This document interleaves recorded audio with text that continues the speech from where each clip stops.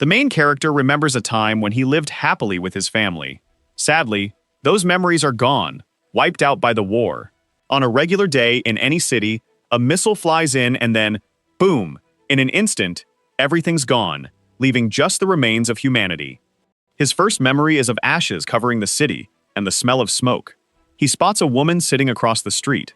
With a pale, defeated look, she seems lost in thought. Yet those memories are still mixed with smiles and the shoulders he used to lean on. Even with the hard times, the image of his loving parents is still clear, at least until they showed up, coming straight out of humanity's despair. They were called gods. The powerful deity speaks, calling humans little lambs. The gods demand to be worshipped as their new rulers, to lead them into a new world. Civilization will rise again in the name of the gods. Anyone looking for salvation, bring your neighbor's soul and come to this sanctuary. 15 years later, the protagonist holds a picture of his family. A man laments that they had already come and asked the boy to follow him. The gods restore what took humanity thousands of years to build in just a few days. This is the sanctuary of the golden god Barak. A being greets the newcomers. As it questions whether they're worthy, the protagonist states that entering the sanctuary is everyone's dream. But there are only two ways to get in. One is to make a sacrifice, which is exactly what the man does. The other option is to become a sacrifice. Other men show up to take the protagonist while the priest leads the slave trader inside. Our hero thinks he's running late, but it doesn't matter, because his real goal isn't the sanctuary. It's to meet the gods, as he vividly recalls being with his late family. They talked about mercy and love, salvation and blessings, justice and kindness. That's why the protagonist wants to meet each of the gods in this world. One by one, he plans to send them all to hell. Meanwhile, the same man from earlier walks through the streets until he spots a bar and goes inside. The guy asks the bartender for something good. While he mixes the drink, the bartender notices the guy is new in town and admires how everything in the city of the golden god is made of gold. He gets a welcome drink in a golden cup. The guy wonders if the god Barak can make gold, but the bartender says no. That's a common mistake for newcomers. Actually, the god can turn things into gold. Water, stone, or anything else can be changed, and even outsiders can get gold from Barak. A sacrifice has to be made, and if it's good enough, the gold reward is huge. If not, you still get gold, but less of it. The guy asks what makes the god give more or less. The bartender casually replies that Barak has a hobby. He collects art. Art piece number 216. A man dancing in anger. Another piece, number 1087. A child singing in a simple way. Barak excitedly asks if these statues are cool. Tied to a chair, the hero stays quiet. The god asks again if the boy likes them, but Barak can tell by his face. The god agrees with the hero. He doesn't like them either, so he drops the statues and lets them crash on the floor. They're tired of old men and kids. His followers always bring easy targets. It's been ages since Barak had a strong man like our hero. Then the god points to an empty spot on the shelf. Right there in the middle is where the hero belongs, with other grown men. All excited and shaking, Barak can't wait to finally finish his collection. But something feels off to the god. There's something on the shelf that's bothering him. Barak says he should have left 2 empty spots. All the pieces are of broken men. It's normal for a human to get hurt while being hunted. Nobody wants to be sacrificed, but Barak has never had such a clean sacrifice as the hero. The god of gold then realizes that the hero is with the man who brought him, the one who offered him up. The guy on the radio tells the hero that the god can turn things into gold, and Barak notices there's a bug in his offering's ear. He picks up the device and mentions he heard there are non-believers causing trouble, but who would have thought one would dare to show up in front of a god? Then he crushes the transmitter. Barak laughs, thinking it's funny how they got so cocky after taking down a few minions. So the god challenges the hero.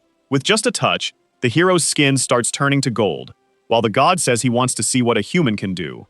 But he better act fast, because in 5 minutes, our hero will become a statue. The hero asks how that works, since he traps bodies in gold, while slowly taking their soul. Barak says that's exactly what he does. But the hero has no soul. He can even check if he wants. The god of gold starts to get suspicious that the hero is up to something. Barak scratches the boy's forehead with his finger, and the god gets confused about what happened to his spirit. The hero asks if the god is frustrated because his soul is missing. To be precise, it was his soul. The boy stands before a massive creature. To take down the gods, he became the one who embraced all the demons.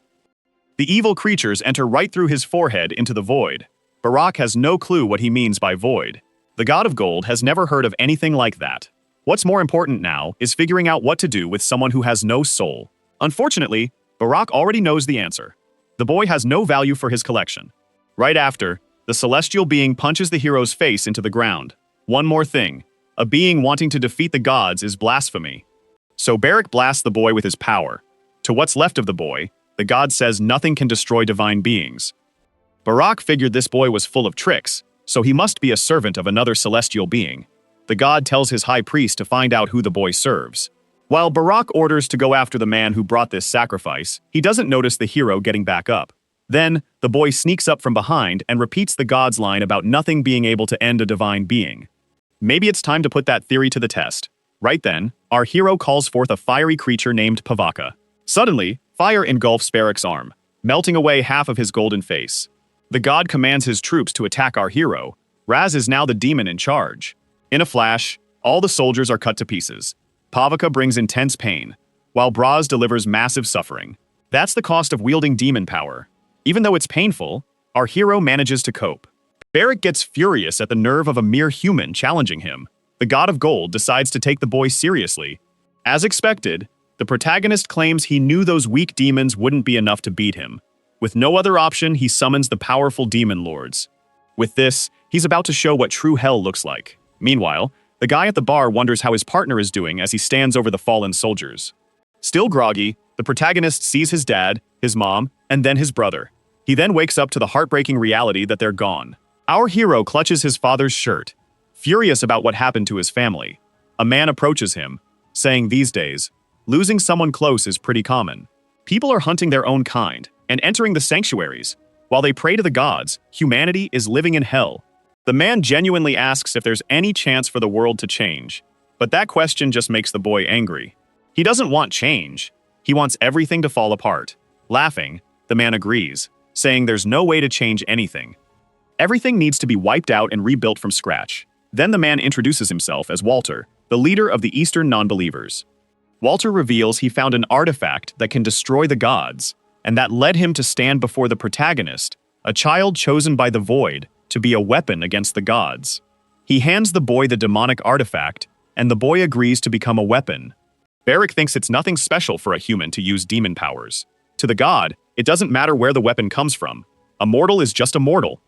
Barack shows up in his new form, as a giant made of gold. He declares that in his sanctuary, he's all-powerful and in control.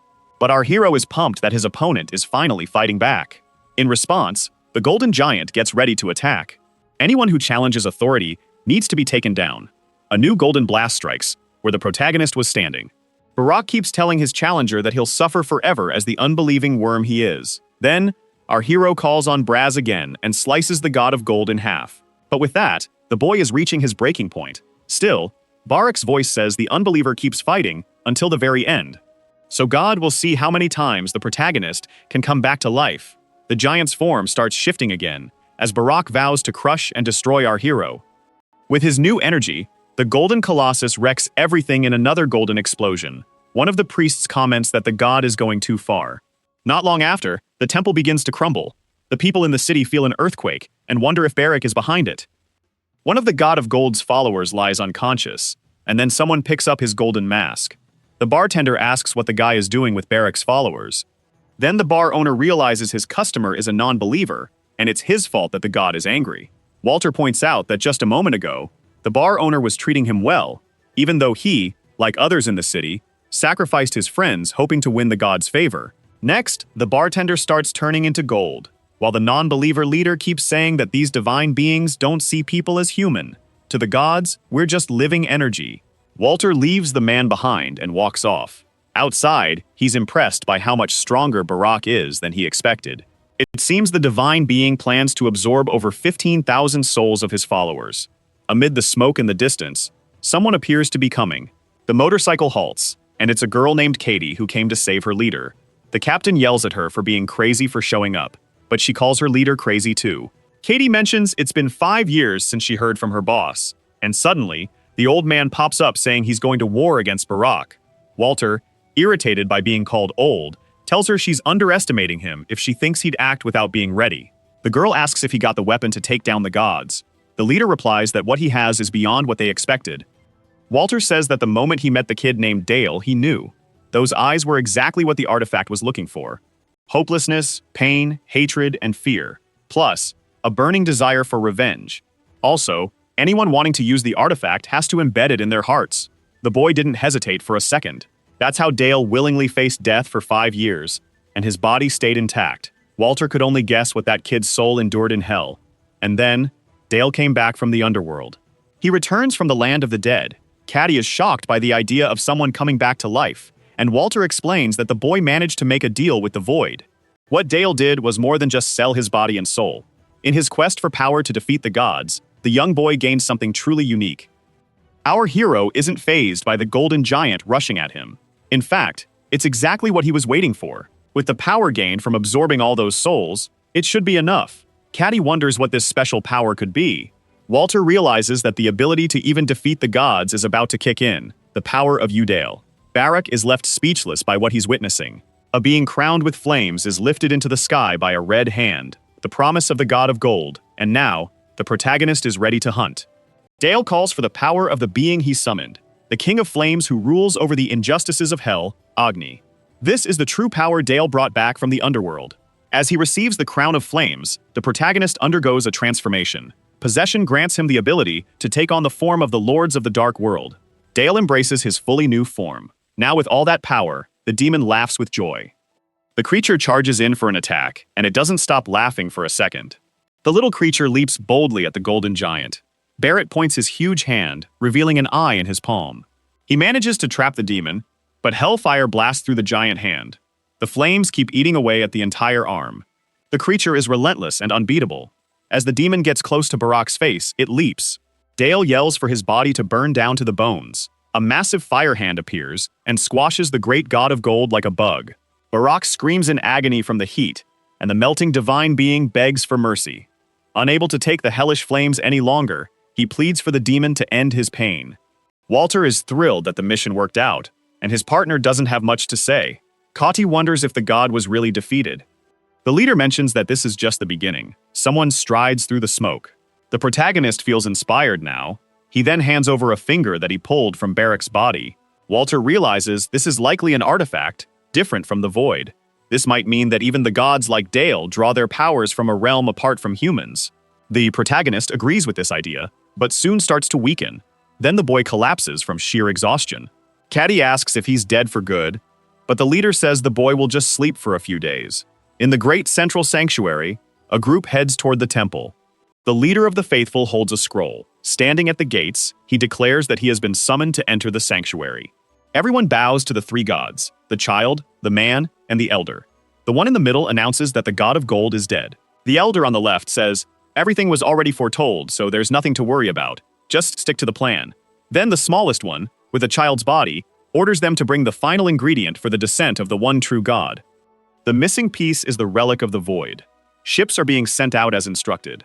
A truck rolls through the desert with the non-believers inside. Dale is still asleep since the fight. Kata is eyeing the relic with curiosity. She tells her captain that none of this adds up. The relic in her hand likely gave Barak power from other realms. Walter agrees, but feels something's off. Still, the captain accepted something so wild way too easily. She thinks the man she knew wouldn't just go along with it. So there's probably something he's not sharing with her. Walter says it's time to explain why he believes in the impossible now. Before the First War, he led research at a huge company called East, and there was a weird area in the lab he couldn't enter. One day, he found the door open, and, curious, he stepped inside. Even he couldn't make sense of what he saw. The place was bizarre, with a printer in the middle spitting out papers. It seemed pointless, with walls covered in random drawings, and that printer just going on its own. The oddest part was that the papers were full of fantasy stories. Since Walter couldn't figure them out, he saved everything on his phone. Just as he was leaving, the printer started up again, this time printing a series of numbers. That's when Walter heard noises from outside. In a rush, he tucked the paper with the numbers away and left. Walter shows the phone with the documents. Back then, he thought it was just a story, but now he sees it differently. It wasn't just a tale, but a prophecy. The last war, the gods' arrival, the void, and the demons, all of it was predicted perfectly. Caddy realizes she understands what the numbers mean. They're coordinates. and the date for finding the relic, and Dale, linking that strange place and the gods to the prophecy. With the coordinates in hand, only Walter can track down the relic and its guardian. But Caddy points out that the prophecy wraps up with Barak's death. That's the main issue. The leader has no clue what's coming next. Out of nowhere, something slams into the truck. An angelic figure stops the truck with his bare hands and grins at the passengers. Walter is nearly out cold at the wheel, and Caddy is also seriously hurt from the crash. The truck is surrounded by ships and angels, and one of the angel soldiers is thrilled to have found the relic. He tells Sir Lou that they've found what they were after. The squad leader mentions that the lords only care about the relic in the heart. The soldier can get rid of the rest. Before Sir Lou can finish, the angel takes a hard hit to the face. Walter tells Caddy to shield Dale. Then, the arm of the angel holding the boy bursts apart. The girl thinks it's odd that her boss is so worried about protecting someone who can't die. The leader insists they can't get Dale back while he's out cold. Just then, a strange device clamps around Walter's neck. Sir Lou lifts the man who dared to attack him into the air, then slams him down with a punch. But right after, Sir Lou also gets hit and explodes from a shot. Kate rushes to help her captain. But before she can reach them, two hands lift both of them off the ground. Another angel is furious that these non-believers dared to strike their leader. To him, it's pure blasphemy. Caddy has no clue who these guys are, but the leader says they're from the central sanctuary. They stand no chance against these foes. They wield the power of a lesser god. St. Lou finds it funny that someone actually knows about them. The angel tells his crew to handle the humans while he goes after his target. Moments later, he stabs the protagonist in the chest to grab the relic, leaving his friends stunned. Dale's body starts to break down like ash. Sir Lube declares he's finished the mission and is on his way back. The god in the center says his soldiers got the relic, but something feels off. The other god remarks that his buddy always talks about bad luck, and it's odd for a divine being to be so worried. But the other god feels uneasy too. From here on out, there's no prophecy. There's no future left to see. An eye opens in the void. The childlike god senses something is messing with everything. The all-seeing warned about the master of the void, and as he says this, a figure descends from the sky. Arms grow from the angel holding the heart, and then Sir Lou vanishes completely. The divine beings agree that the protagonist is a threat. Neither gods nor demons are beyond understanding. A shadow approaches the angels, the devourer of gods, the void. Caddy asks the captain if that creature is on their side. Walter replies that this is the worst situation possible. Dale warns that the Demon King might possess his body. If that happens, the protagonist insists his heart must be destroyed at all costs. This creature must not enter the world under any circumstances. If it does, it will mean the end. The protagonist is in his most terrifying form. One of the angels can't believe Sir Lou is actually gone, and now he's at a loss. The big angel says there's nothing in the prophecy about an enemy like this, and the other angel tells his friend to stop saying unnecessary things. They are the top warriors of the central temple. No enemy can defeat them. Still, the angel feels fear creeping over him. Unknowingly, the Celestial admits he feels nauseous. Then, he tells his teammates they need to attack together, pooling all their strength for a single strike. This attack will be so strong that even a god wouldn't survive it, like 1,000 suns going off at once. The new leader tells all the angels to move in and cleanse their enemy. The ships start getting ready to fire a beam. At the same time, a group of angels launches an attack, lighting up the area with a massive explosion. Then the flames come in, destroying everything. The big angel asks if they succeeded, but his buddy tells him to be quiet. As if nothing happened, the protagonist just sits there waiting for the chaos to end, while the new leader blames his partner for the mess. Sitting cross-legged, he's just staring into the void. Even the top warriors are puzzled about why their enemy isn't striking back. Caddy is also confused about what's going on. Walter tells the girl he's sorry. He should have taken out Dale's heart when he had the chance. The girl asks what they're up against. The leader explains that when Dale returned to Earth, he warned that something inside him wanted to be reborn there. This creature is seen as a disaster even in hell. It devours everything in its path. Nothing that gets swallowed can escape. Inside it is the bottom of hell and an endless pit. This is the ultimate void. Cody mentions they've been released, and Walter realizes they're in the void. Dale shows up, saying this is it. There's nothing more to do. The girl asks if he's still alive, but the protagonist says his current state doesn't count as living. They're all in the realm beyond death. The good news is that besides them, only the angelic servants are here, meaning the void hasn't consumed everything yet.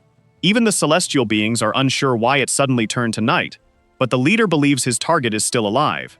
For the angel leader, It's insulting that non-believers dare to challenge him. He gathers all his power in his hand. Then, he leaps into the void. Walter warns everyone to back off because it looks risky, but Dale tells the group to just watch.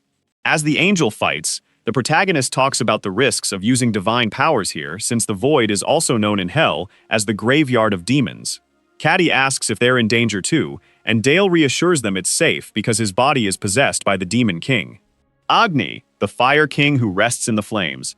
And then there's Malak, the bug that feasts on the dead. Solon, the ruler of twisted souls. And Mang, the nameless drifter searching for knowledge. Along with them are the shadows wrapped in mist, Mali, the living taboo, Eros, the unseen sword that slices stars, and Noxus. Even though they've been consumed by the void and are now just spirits, these beings are strong enough to hunt gods. Walter wonders if the demon in front of him is the king of hell. Cody is shocked to see the gods' elite getting wiped out. Actually, it's the demons that are eating the angels. Cody realizes the protagonist must have been here before and managed to escape at least once. Dale mentions there was a way out, but he can't do it again since no one can escape the void without the master's approval. The hero got out last time because he made a deal. The Lord of the Void let him leave in exchange for feeding the demons power. When Dale woke up, he found he could draw power from hell's demons. But the Lord of the Void can also use his body. That was always the plan, to consume the whole world. In the end, the only way out is with the master's permission. But since the hero is controlled, the Void Master has no reason to let them go. So there's really no escape. Walter refuses to just sit back and watch the world get devoured. Dale then asks what they should do since even praying won't help. The non-believer leader gets mad, but before things escalate, Caddy steps in. The girl says now isn't the time to fight while the world is falling apart. Caddy wants to confirm if the protagonist made a deal with the Void. If that's the case, they need to come up with a new irresistible offer. Dale thinks that's impossible, but the girl keeps pushing and asks what the Void Lord gains by devouring the world. The protagonist doesn't get where she's headed. Cody mentions that there's still a god who hasn't shown up yet. The power of the one true god, who hasn't come down to Earth yet. Walter asks if the girl plans to witness the god's descent. Cody says they need to stall for now. That's their only option. She knows her captain isn't on board with this. But right now, stopping Earth's destruction is the top priority. Dale thinks it's worth a shot.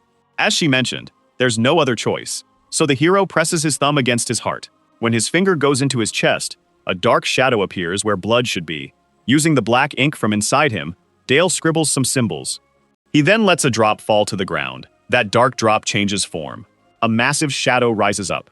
Walter and Caddy clearly look worried. Now they're up against a huge demon, surrounded by even bigger creatures. The heroes look tiny next to them. Then the Lord of the Void steps closer. Dale speaks in a language that's not human. The most powerful demon replies in the same dark language. Caddy asks if her captain understands any of it, but even he's clueless. The girl asks the hero if everything went okay. A black hand points at one of the humans. Shadows rise up from where Caddy and Walter are standing.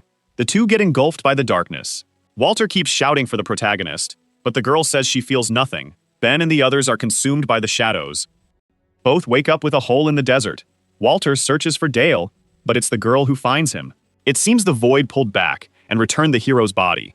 Now they need to wait and see what happens, then head back to the base of the non-believers from the Eastern Branch. Two guards chat about how chaotic the organization is. Even Cody has vanished, just like the leader. Walter's tale of searching for a weapon to take down the gods made half the group quit. At that moment, both guards notice something coming their way. A figure appears in the rain, heading toward the base. The guard grabs binoculars to see who's approaching. They realize it's Captain Walter. With that, they announce his return and open the gates. Kaidi senses the vibe isn't exactly friendly. A guy named Simon greets them, clearly surprised. Walter mentions that his friend hasn't changed a bit over the years. Suddenly, all the guys aim their guns at the newcomers. Simon explains this is just standard procedure since they've had a lot of double agents lately. Plus, things have changed since the captain left. They now have a system to spot non-believers, and anyone who fails gets executed right away. Kaiti can't believe the captain is being treated like this, but Simon tells her to chill. Walter finds it amusing that they now execute instead of just kicking people out. He even asks if the shareholders approved this and who the current captain is. Simon says he can't share more info until the former leader takes the test, which makes Caddy even more anxious. Walter says he can't take the test because it involves killing two believers. He argues that doing that makes them no better than those living in the sanctuary. The real ones who should be executed are the gods. Simon replies that no one there believes gods can be killed. Caddy claims she saw a god defeated with her own eyes. Simon is confused about what she's talking about. Walter pushes the protagonist to the ground, declaring he's the weapon that can defeat the gods. But to Simon, it all sounds ridiculous because he just sees a kid. Since no one believes the captain, he asks to take the boy to the lab. Walter needs to extract the protagonist's blood, which is why he returned to the base. Simon questions why he should allow that. Walter tells him to consider why he would come back after all this time. The ability to kill gods isn't just in the boy. With Dale's blood, anyone can wield the demon's power for an hour. Simon and Caddy are taken aback by this news. Walter tells the guy to let the elders and other leaders at the base know that the final plan is underway. The God Hunters team is all set. Everything is ready for the plan. Dale claims the true god will come down to Earth, and the protagonist will track him down and offer his power as a sacrifice. The Lord of the Void thinks our hero is getting a bit too cocky. He really thinks he can take down the true god with just a few demons. Dale starts to feel like this deal might not work out. The Lord of the Void says the world isn't going to end just yet. The part inside the protagonist will only affect our 2 cities at most. Our hero realizes the demons still can't destroy the world. Dale then asks what the Void Lord's plan is for wanting to show up on Earth. Then the creature points to what it wants: Dale's 2 human companions. The Dark Hand shrinks them down because, as the Void says, they still have a use for the protagonist. The demon is just stalling its own end. Confused, the boy asks if the creature is trying to save their lives. As the demon explains, just like Dale needs him, the Void needs the protagonist too. Our hero will be the pawn that brings the Void into the world. The boy finally gets what his role in this is. Then, the demon mentions an ancient story about a primordial wish and a world-ending event that split in 2. In this triple world, and its 6 realms, made up of the upper, present, and lower worlds, 2 forces with their own goals existed. The infinite, seeking the eternity of all things, and the void, which desires the destruction of everything. For countless ages, souls born in this world were drawn to these 2 forces, creating 2 beings in the upper and lower realms. And because of humans, the true God and the void came to be. Dale's race is born from human souls. A void world where everything is destroyed is the end for all living beings. This is the war that decides the world's fate, which is why Dale has to win. The humans will guide him, and the protagonist just needs to fight however he wants, taking on Walter's face, since he's the one starting the plan. Then there's Dale's face, as the one who will pass on his power. Finally, Caddy, the one who will spark his will. This world needs to fade into nothingness. Our hero claims he's not interested in this godly battle. What he fails to see is why his family and humanity have to suffer. To him, the demon is a jerk for wanting to use humans in this endless war. The Void Guardians, and Huum, warn Dale not to reveal his horns in front of their master. Holding the hands of the 2 giants, he tells them to back off. Once more, Dale questions why living beings are used instead of the demons, who have their own fight. The answer is that only human souls can cross the realms.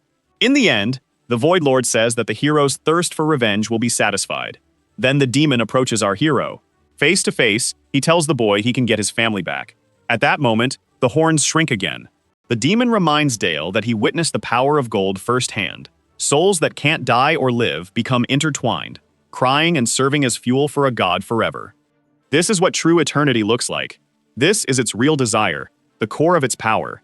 The Lord mentions that the souls of the hero's family are also part of the enemy's strength. Dale asks what the demon means. Then the Lord says he'll add another term to their agreement. When the hunt for the gods ends and the hero's revenge is done. But the last words are unclear. Even Dale can't grasp what he's saying as he's swallowed by the shadows. A voice says the hero is moving, his heart is beating again, and then his eyes open. Our hero wakes up suddenly. It looks like Dale is in a chair being monitored. Simon is amazed that the boy came back to life, so it seems Walter was right. Nervously, our hero asks who the stranger is and where he is. Simon apologizes to the living weapon, but wants to test the hero. A robot appears in front of Dale, and he's told that everyone there wants to see the boy's power firsthand. If he really is a weapon that can take down the gods, he'll handle this little robot. Before Simon can finish explaining, Dale jumps toward the weapon. The boy asks to transform, and his hands turn black. He hits the combat robot with a punch that takes it apart. Dale stands there effortlessly as the only one left. Feeling more anxious than ever, Dale wants to know who grabbed him. In a quick jump, he's right in front of Simon. who pleads with him to stay calm. Dale asks which side the man is on. More importantly, he wants to know if he's in a god's sanctuary. A voice tells him he's at the eastern base of the unbelievers, where those against the gods gather. The person offers their hand and says, Dale is indeed strong, just like Walter mentioned. The woman introduces herself as Hannah, the leader of the unbelievers' base.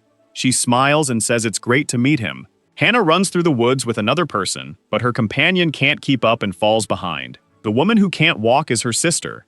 In a panic, Hannah urges her older sister to get up, or they'll be caught. With the little strength she has left, the sister tells Hannah to listen closely to what she's about to say. She tells the little girl to run as far away from the sanctuary as she can. Before she can say more, the girl is lifted into the air. Humans can't do anything against a god. To them, people are just like bugs. Even if you hate the gods, fighting them is pointless. Even the leader of the unbelievers has these thoughts. But then she sees what Dale can do. The impossible is happening right in front of her. Humans are no longer powerless. Hannah rushes to meet this man, the one who brought her joy. A future no one ever imagined. Freedom from the gods, freedom for humanity. Once again, Hannah introduces herself as the leader of the liberation base of the unbelievers. Dale takes her hand and asks where Walter is. Ignoring his question, the base leader says, fixing the wall will take some time, but she's glad the protagonist isn't one to hold back. Dale presses for an answer again. He wants to know where Walter is. Hannah mentions that her senior is a bit tied up, but sent a message. The message warns not to carry the photo, or it'll get burned, so it's best to leave it here at the base. Hannah tells Dale that this place is now his home, and he needs to look after what matters to him. The leader asks if this is enough proof for Dale to trust they're on the same team. Sadly, there's only one room available, but it should be fine for one person. It's not the best spot, but it works for the protagonist. Hannah tells him to shower and change, but then something catches her eye. She notices the hair covering his face and offers to cut it. There are hair clippings on the sink. Now dressed in the new outfit, Dale finds it a bit snug, but Hannah says that's how hero clothes should fit. Then she takes his hand to lead him somewhere, and he notices. As they walk through the base, everyone stares at the human weapon. No one tries to hide their curiosity. Dale asks Hannah if everyone knows about him. She replies that everyone saw what he did with the robot.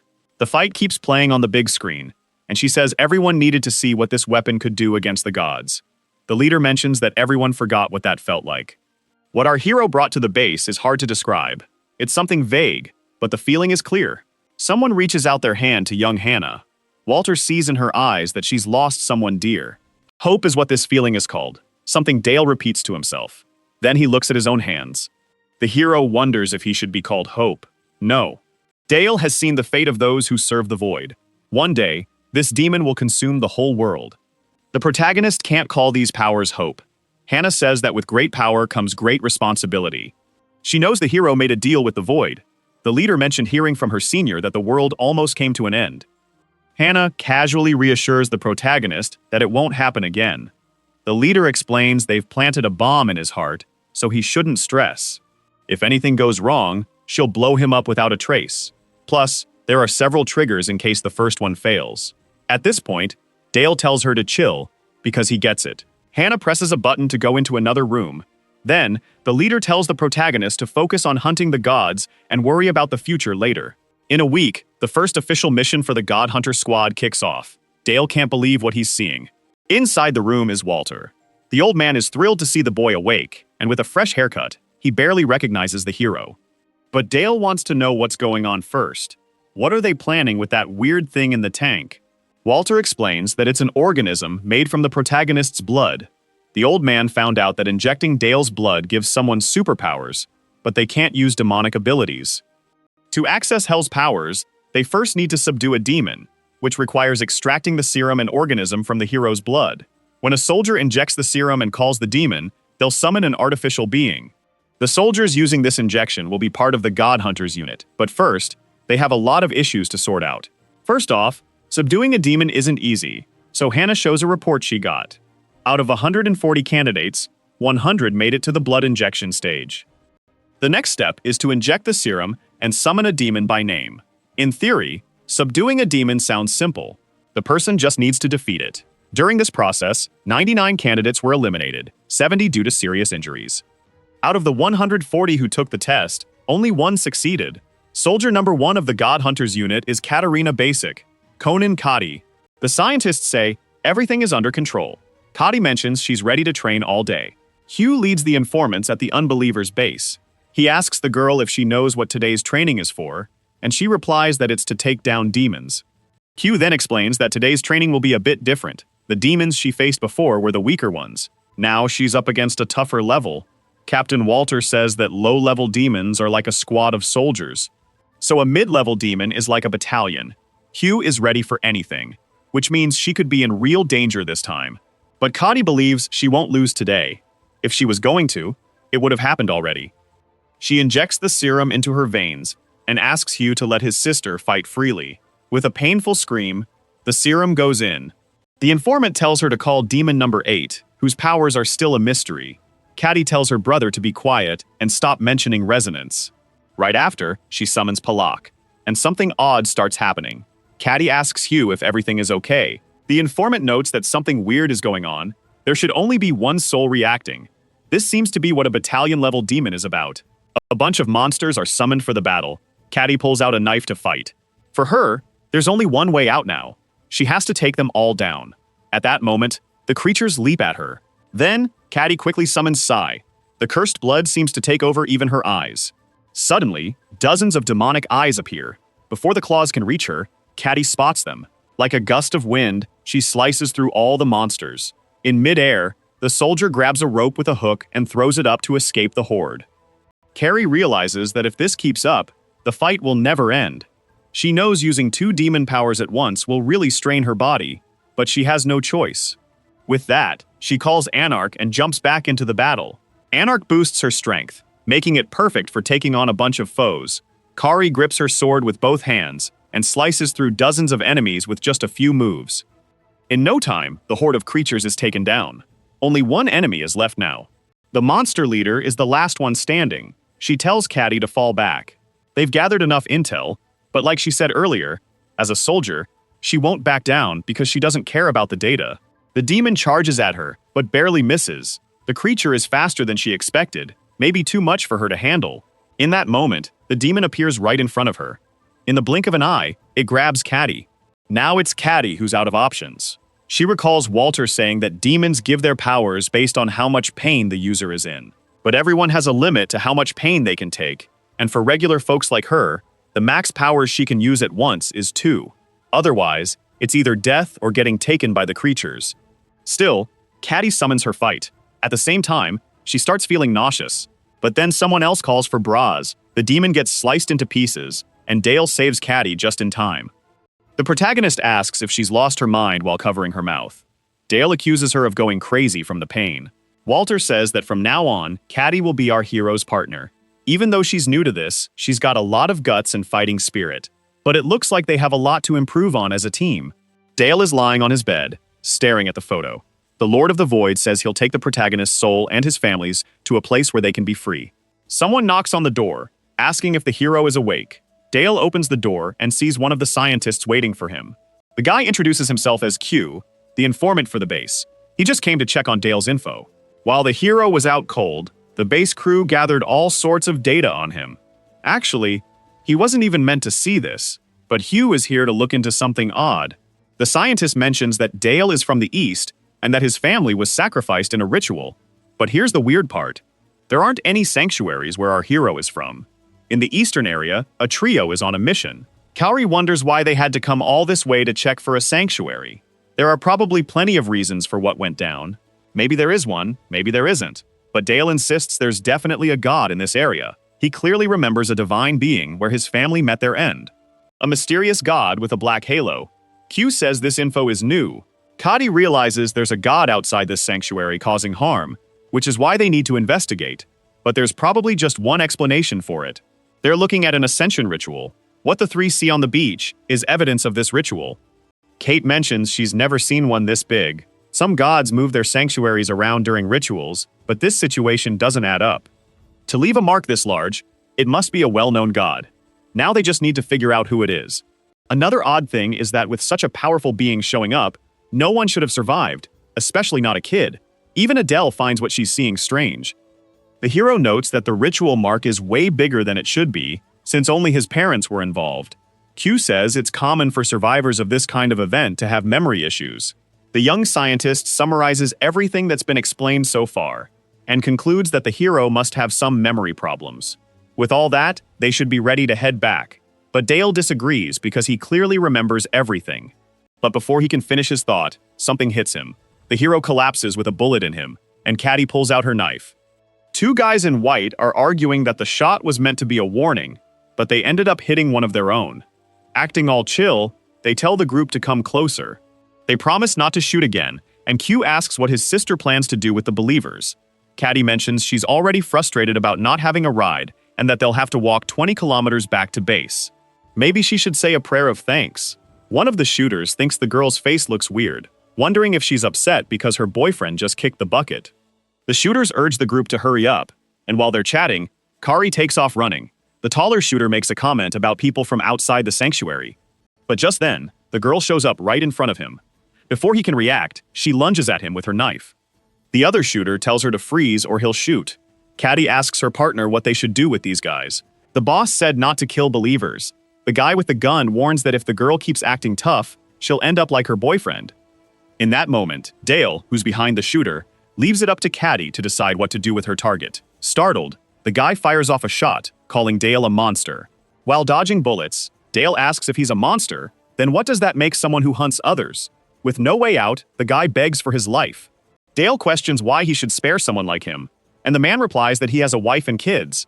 That catches Dale off guard. The guy insists he never had a choice. The believer claims God told him that if he didn't bring a sacrifice by next week, his family would be the ones sacrificed.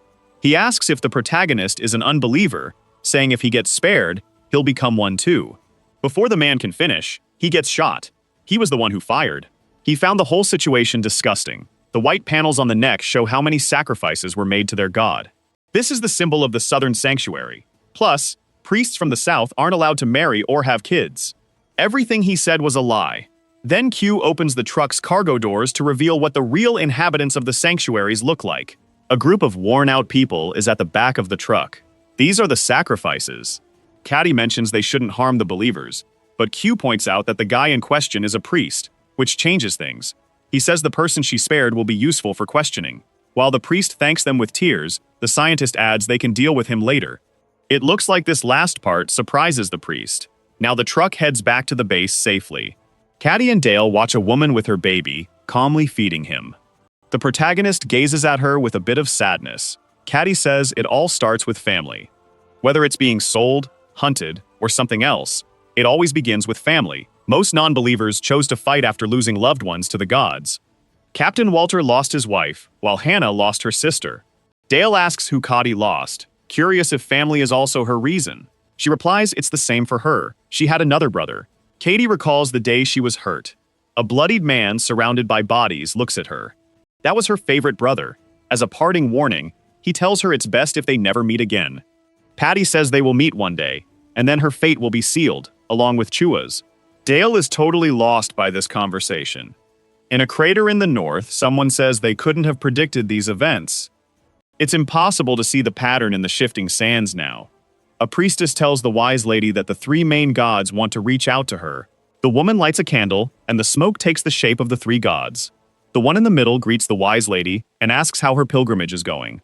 She mentions it's been safe, thanks to the god's blessing. The eldest asks if the one who knows everything is ignoring her duty on this pilgrimage and wants to know about the rest of the prophecy. The woman replies that she was just about to reach out to them about that. The prophecy has wrapped up, and she thanks the gods for making it all happen. This news seems to really shock the three gods. The smallest one says, this goes against what she promised. The one who knows everything said the prophecy would last until the great Lord returns, but the woman points out that the gods were the first to break their promise. She warned them not to mess with the central temple servers. The one who knows everything suggests that the gods might be scared. The god in the middle claims the woman doesn't want the Almighty to return. Then the three gods get annoyed with her, seeing her as just another person stuck in the sanctuary's well. Before things escalate, the one who knows everything says there's still some good news. The great god is looking for someone to take over his powers. So the last piece needed for his rise goes straight to the gods. Even though the prophecies have ended, she can still make predictions. What she saw was that one of the three would gain the true god's power, defeat evil with justice, and thus power and glory would last forever. The meeting in the crater wraps up. Also, the prophecy has ended, and the three gods will soon go their separate ways. Then, the one who knows everything asks her assistant to find out where the void relics are. The one who gives the exact coordinates also warns that the object is moving fast.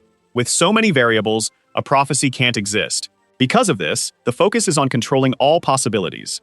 The favorable wind is still blowing, so it's best not to let your guard down. Even the flapping wings of a fly can cause unexpected changes, and the breeze from that can turn into a strong wind. If handled well, that gust will come back as a favorable wind, not a headwind. Without mercy, the one who sees everything crushes the fly. So, she emphasizes that everyone's roles are super important. The seer notes that it's been a while since the last time. Blair, the one with sacred blood. So, there are 13 deities expected to come down. One of them is thought to be the owner of the main sanctuary, the real force behind the three major gods that rule all regions. There are 9 minor deities spread across the world. Right now, the gods run the place, with 80% controlled by temples that are still growing. The main goal is clear. Take out all the sanctuaries and set humanity free. Our hero mentions that Barrack is already gone, leaving 12 deities left to defeat. Walter corrects him, saying the count of 13 includes the one they got rid of, but there might be more, so they need to boost the god-hunting team. Their first task is to head to the northern base. The three are getting pumped. Walter mentions that communication from the site got cut off, likely due to the sanctuary expanding in that area. The mission has 2 goals. First, they need to check out the unknown temple. The second goal is to bring the base serum to the northern base. Kate gets it all, but she's questioning if the team is right for this. Dale clearly needs to go. He's crucial. It's also obvious how important Q is. He has to deliver the serum, and, just so you know, the guy liked his sister's comment about him being important. What Hannah doesn't get is why Simon and Hannah are included. They're officers, so it would make more sense for them to stay back at the base. Hannah points out she's not a captain anymore. And by the way, Simon isn't a unit leader either. But it's even tougher for Caddy. Now they're pretty much useless, and the ex-leader is threatening the girl for her attitude. The girl isn't happy about that, and wants to know if she's being threatened, but Simon quickly changes the topic. Hannah insists that the mission can't succeed without Simon. Basically, he holds the key to making everything work, even though Uniman himself didn't realize it. But it seems the driver is the key to the whole operation. Hannah tells her friend not to be too bummed out. She explains that the mission is about transport, so the driver is the most important part. Plus, the elders will be at the base they're heading to. What if there's a reward? Simon asks what they could give him, and the ex-commander suggests they might offer him a seat on the council. The leader's mind races with ideas. Simon even pictures himself presenting to the elders. In his mind's eye, he wants to tackle a major issue with the wild and dangerous Caddy. Hannah realizes she's already secured the driver. The ex-commander asks Hugh where they are. They should be spotting the sanctuary by now. The scientist says the map shows they're at the temple site, but for some reason, they can't see it. Hannah mentions there might be something there, but the dust makes it hard to see. Caddy wants to know what's wrong, and Q replies they should be at the sanctuary, but there's nothing around. Dale asks if his partner remembers what the old man said. Walter explains that for the gods, sanctuaries act like fences. It's like a pasture where their followers are meant for sacrifice. The protagonist wonders if there are temples without gods. The leader replies that there probably isn't a divine being that reckless. But if there is a crazy god, then yes, they'd better hope they don't run into him. The group is puzzled by what they see. In the distance, there's a menacing giant figure, and Hannah can't shake the thought that a hunter is setting his trap and waiting. A drop lands on Simon's face. Not knowing what it is, he wipes it away. He looks up to see where it came from. Floating in the sky are several bloodied bodies, causing red rain to fall. The massive red entity sees the group as those who forsake life and choose the path of darkness. It thinks they're fools and crushes the person it was holding. The group didn't expect to encounter a god so soon. To the divine being, they are sinners, and sin taints the world. As the bodies hit the ground, the god declares his mission is to eradicate evil at its source. Unbelievers, filled with sin, are like harmful diseases. Dale tells everyone to stay behind him and his partner. The main character wonders why they shouldn't confront a god directly. Walter explains that if they do that, they won't get the info they need. First, they must get close to a follower to learn about the local deity, and then they can use a demon's power more effectively. But if there are gods without followers, the only way to learn about them is to fight. Still, jumping into a battle unprepared could lead to a loss. The blood god gives the infamous one last chance to renounce their sins. All they have to do is give up their flesh and join the divine. This is the group's final chance to kneel before God, to embrace and revel in the blood and flesh. The god promises salvation through blood. Dale can't believe their bad luck running into a god without followers. Plus, they're surrounded by some pretty powerful creatures. The worst part is that the non-combatants in the group could get caught in the crossfire. The protagonist feels lost about what to do. Dale wonders which demon to use, but then an attack comes his way. Luckily, Caddy manages to save him just in time. But she doesn't miss the chance to ask what he's waiting for. Dale says he's trying to figure out how to fight while keeping the non-fighters safe. But Caddy points out there's no one like that in the group. She tells the protagonist he's underestimating the group. Besides kids and the elderly, all the unbelievers are fighters. Syme's engineers are experts in all kinds of weapons. Hannah asks the scientist to unlock the suppressor, since they've been in many battles together. The Axelier tells Dale and Katie to head into the sanctuary and gather as much info as they can while they hold the fort. Our hero asks how Hannah plans to escape from the sanctuary later. At that moment, Q announces that everything is ready. As her hand changes, she says she'll create an escape route. Hannah tells Simon to keep watch on the car, while Chi needs to capture one of the specimens. Dylan is stunned to learn his friend is a robot, but Caddy clarifies that the body is a machine, but the mind is human. She doesn't know the whole story, but a god did this to her body. Then, Hannah unleashes a massive lightning blast. The ex-leader's attack clears the whole field. Caddy asks if the protagonist really thought someone could lead just by playing rock, paper, scissors. Hannah says her battery will last while she fights, but she's tapping out now. The group quickly hops into the truck and speeds away. Out of nowhere, something weird and red sticks to Dale's arm. The protagonist tells his partner those strange things are still wriggling. Caddy thinks those things are human parts. Dale notes they don't seem conscious, and there aren't many of them. Suddenly, an idea sparks in the protagonist's mind. Caddy asks what he figured out. Our hero isn't sure, but if it works, it could be great. It's time to start the hunt. Q mentions that the creature has a strange body structure. It looks neither like a plant nor an animal. The specimen has an energy source that seems unicellular. Hannah asks what he means by that. Then she asks Gale if he found anything, and our hero says he has a feeling. He wants to know if the creature has stopped moving. She confirms the monster hasn't given any signals since they left the sanctuary, and that the specimen is unicellular, but they're unsure what that means. Dale says it's a god. Hannah asks what our hero means by that, and corrects herself, saying this body is part of the god. The protagonist mentions that it was the same when he met Barrick. In the temple, that god had several gold statues that didn't seem like much at first. Later, it turned out that while Barrick absorbed souls, his body was changing too. The gods not only feed on spirits, but also on human bodies. In other words, this isn't a separate being. The whole sanctuary is part of the same god. If the entire place is really part of the god, capturing it might be easier. Walter explains what to do if they have to face an entity directly. First, the tip is to push the god away. These beings have a major weakness. They can't use their powers outside the sanctuary, but a few things need to happen for that to work. With that in mind, the first piece of advice is to wait. The god here split his body into different forms. These beings are way smaller than the original, so what would happen if they got blown up? Dale mentions that the demons with these powers are numbered 0, 8, and 16. It's the strength of 2 demons combined. If they merge into one, how powerful would that be? Dale says they only get one shot at this. Ys and Hig are called in for the fight. Both god hunters dive into battle. Caddy knows her partner needs to be close to the main body for his attack to work. The issue is all the minions blocking the way. The hunter confronts one of them directly. First, she needs to take out these pawns, and that's exactly what she does. She takes them down effortlessly, one by one. Her strikes are brutal. The enemy can't even respond. The first wave leaves nothing but pieces raining down. But sadly, there are still plenty left for her to handle. Maybe Caddy can clear a path with Annex's power. She recalls her partner saying she can't use more than one power at a time. If it comes to that, she should run. The problem is, she doesn't have the strength to do that. Caddy also remembers others laughing at her for wanting to run, calling her weak. That memory fuels her resolve. She won't be that person again. Caddy promised herself she wouldn't run from anyone again, so she charges back in to attack. The hunter hurls her blade. With incredible force, she carves a path through the army. Caddy got what she aimed for. Now's her chance. Even knowing the risks, she calls on the demon Yeezer. At that moment, she reaches the main body. 2 creatures rush at her. In a flash, she takes them down. Caddy tells her partner the way is clear. In the air, Dale thanks his friend. With everything set, it's time to execute the plan. The leader slams a manual on the table, telling the duo to memorize it.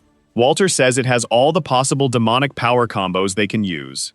Caddy and the captain start bickering because she refuses to study. She's being lazy. Suddenly, one combo grabs Dale's attention. It's a power for taking on multiple foes. The demon has the ability to control gravity. Geezer can manipulate mass. By using gravity to pull enemies in, the mass control can make them heavy, crushing them instantly. But there's a warning about this tactic. Higgs's eyes appear in the protagonist's hand, focusing all the red bodies into one spot. Coyote drives her blade into the ground. As the enemy is drawn into the gravitational pull, she fights to stay grounded. In the sky, a massive ball of flesh forms. This is when Dale gives his partner the signal. Caddy Gun struggles to summon Geezer. At that moment, she feels her weight start to increase. The remaining creatures are crushed, and the sphere of bodies starts to compact. Dale asks the leader about the warning. Using too much mass with high gravity can hurt allies after a while. Walter explains that the pressure will begin at the enemy's center and ramp up.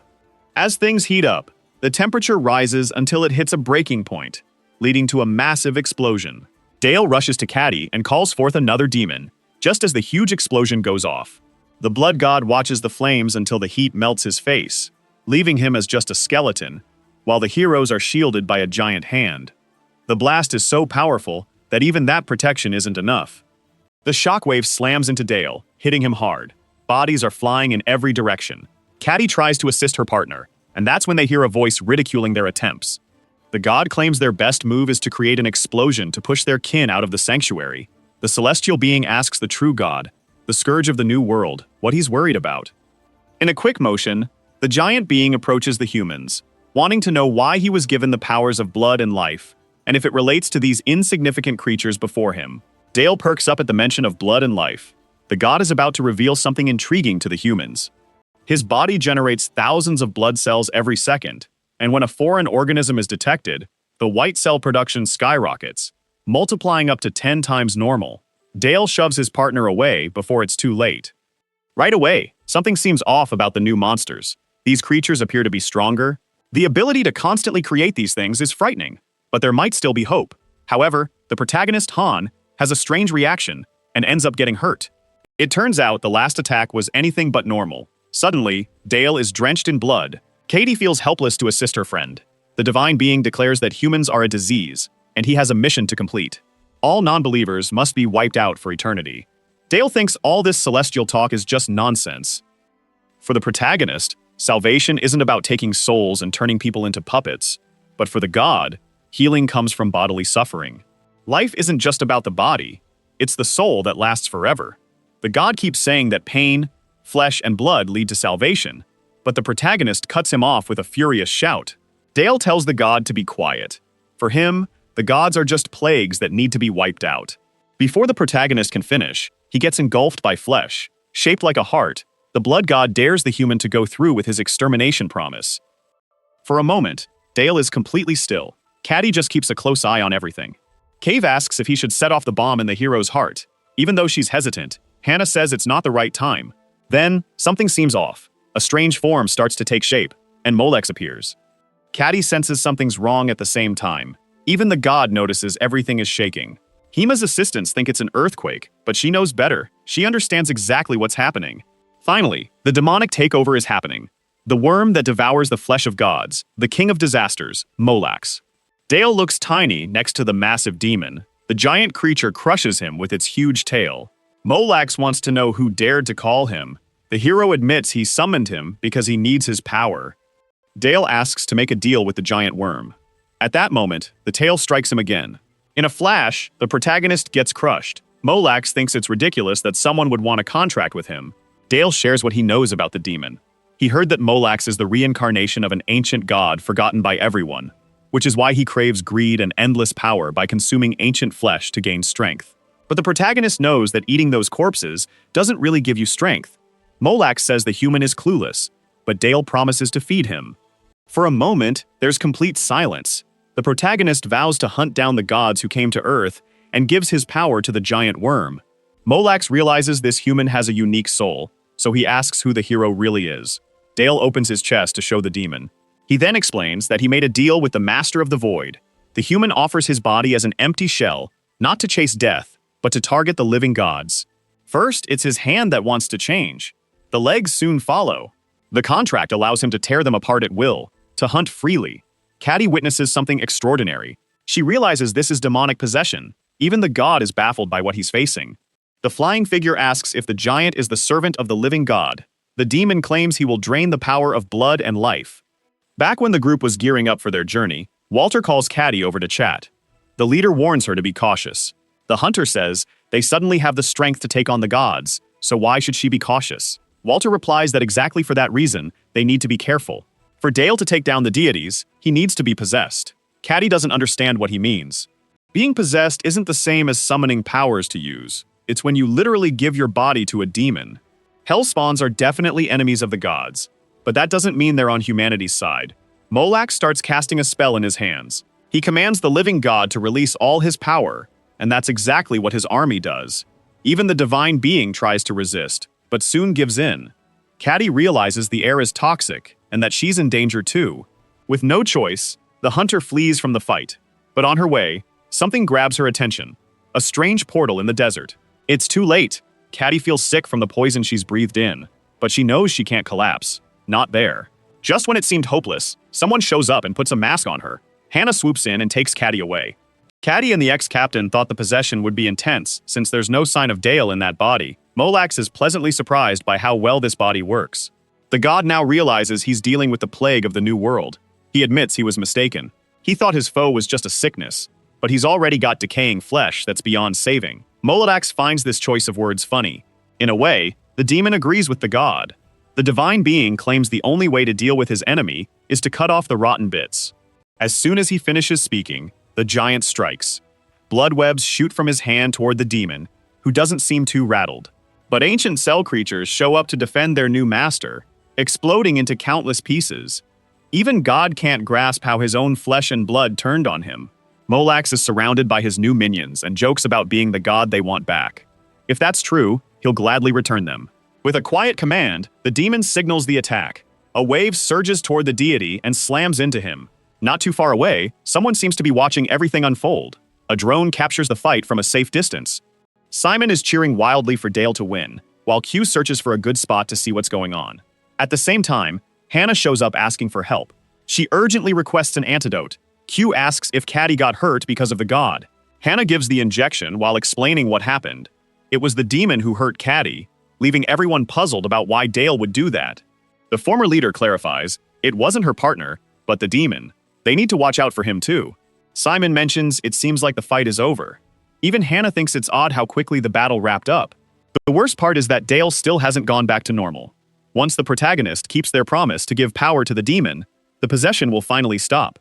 Shuyi mentions that's what the captain said. But if the contract isn't over, there must be a reason for that. Cutting wakes up and says that's not the real body. She remembers seeing a weird gate inside the sanctuary. Plus, she saw other versions guarding the gate, which doesn't make sense if they were fighting the main body. A god wouldn't create a being in their own image. Molak says that's not enough for him. Looking at the huge corpse, the demon realizes it's not him. Caddy explains that Sureleader is a different version of the divine being. From the portal, Molax hears a voice calling out to him. The voice claims the demon will never defeat him, and then the gates finally swing open. Inside, the voice says he's on a mission to save humanity. But what about the demon? What's he fighting for? The god says there's no reason for them to battle. He's the sacred blood, while his enemy is just a disease. So humanity will never fall to someone like him. The god of blood stands up and notices it's not just his enemy's look that has changed. He wants to know if the demon is the weapon that can kill gods. The divinity figures out that the trick is being possessed. A hellish being used as a tool by non-believers seems pathetic to the god of blood. Molax slightly moves his hand. The creature's power tears apart the entire organic floor. Hanging from the ceiling, the divinity thinks the demon's goal is to absorb his power. So, the Lord of Blood will give the creature the power it craves. But first, he wants the void artifact. Those watching are curious about how this god knows about the weapon. Hannah has a good idea. That's why the northern base lost contact. She recalls the idea that the gods might actually be humans. Walter puts the artifact on the table, confirming his suspicions. This thing looks just like the void artifact in every way. The gods might be like Dale, humans tapping into powers from another realm. Blair Yan is a name every skeptic knows. He's known as a saint who saved countless lives. Blair Yan leads the northern base of unbelievers. Somehow, this person became a god. The one who knows everything claims the gods are trying to save humanity. Blair is furious, asking how she can say that after all the losses caused by divine beings. But then, a massive pain brings the base leader to her knees. It looks like a rib is stabbing a man's heart, but thankfully, she has a spare heart. Luckily, the one who knows everything gives Blair a chance. The seer assures that everything will become clear. The Master of Infinity has already mapped it all out. Luckily, ignorance isn't a sin, but the foolishness from it is. The one who knows everything offers the man a spot next to God. He doesn't need to heal humans, but humanity itself. The new Blair vows to save everyone from death by taking the demon's heart and fulfilling God's plan. As the divinity drones on, Molax gets annoyed and sneaks up behind his opponent. Without realizing it, Blair finds himself surrounded by claws. The claws trap him so the demon can drain his power. Molax opens his chest to reach the source of blood and life power. But Blair wants to explain why he can't be beaten. Ever since the demon entered the room, he's been digested. Because this temple is inside his stomach, a giant hand bursts out of the god's back, piercing Molax, and then the demon's body explodes. The hellish creature crawls on the ground, but it's not defeated, because for Molax, being in the god's stomach is amazing. The creature spits out dark energy, but Blair holds his ground. That attack was just a distraction, though. Molax charges in full force to strike the god. The demon aims to force open a path to the heart. The god tries to fend off the next blows with magic. Blair gathers energy in his fist and creates a spear that pierces the creature. The energy tries to tear apart the creature, but Molax absorbs it. The two powerful beings rush at each other at lightning speed. They clash, equally matched in strength. The demon and the god lock eyes. Molax finds it amusing that he got swallowed, but the creature keeps up its hunt. The demon claims that if Blair gives up, he'll spare his soul, but the blood god's confidence quickly returns. It seems digestion only begins after a while. Hundreds of hands grip the demon, and Blair points out that if he wants to hunt, he shouldn't have gone into the prey's mouth. Because of this mistake, the god thinks he's won. Like a surgeon, Blair is ready to start the operation to take out the heart. But suddenly, things don't seem right. Molax mocks the god for making this place his insides. Blair recalls the first attack and worries about what the creature injected into him. In the end, the blood god was always the prey. From the beginning, there was never a real fight. And with that, Molax easily breaks free from the grip. Yes, the demon was hunting, but that doesn't mean the prey can't fight back. Otherwise, it wouldn't be any fun. The creature injected a disease into him that could wipe out the world. In other words, it's a hellish plague that causes decay, meant for the dead to happen while alive. During the inflation stage, the whole body swells up. In the second phase, the fat melts and oozes out from every opening. Now, in the decomposition phase, the flesh begins to dissolve. During the discoloration phase, only the back and bluish skin are left. The decaying body of the god is pierced, and the artifact pokes out from the tail. As promised, Molax keeps Blair's soul in his body, letting him face his end without interruptions. Ultimately, the demon turns to dust. Still aware, Blair sees a vehicle moving. In his last words, the fallen god talks to the Master of Infinity and apologizes for failing his mission. But he nailed the most crucial part. Inside the car, no one realizes that part of the divine being is still alive. Blair is grateful for the chance to send a small piece of himself to the new world. This piece is strong enough to enter the tank. Inside, it merges with another mass of flesh. Combat Agent Miles, 37 years old. Another agent from the northern base, Elena, 23 years old. One more identified. Arm, 52 years old. 1,387 other faces were recognized. All the non-believers from the northern base were sacrificed in the god's ritual. Plus, the identity of the divinity was revealed.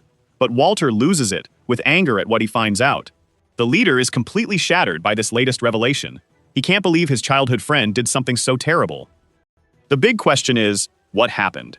15 years ago, Blair, in front of a classroom, said that life, in his view, is a simple yet efficient machine, a result of billions of years of chance, built with the tools of probability. But what about a program that turns this complicated production into something aware? Religion calls this program the soul. It's what drives the machine. Every choice you make defines who you are. The choice to take a taxi instead of a bus. The choice to consider a religious person's viewpoint. Just like that, this is the algorithm. It converts inputs into sight, sound, and touch.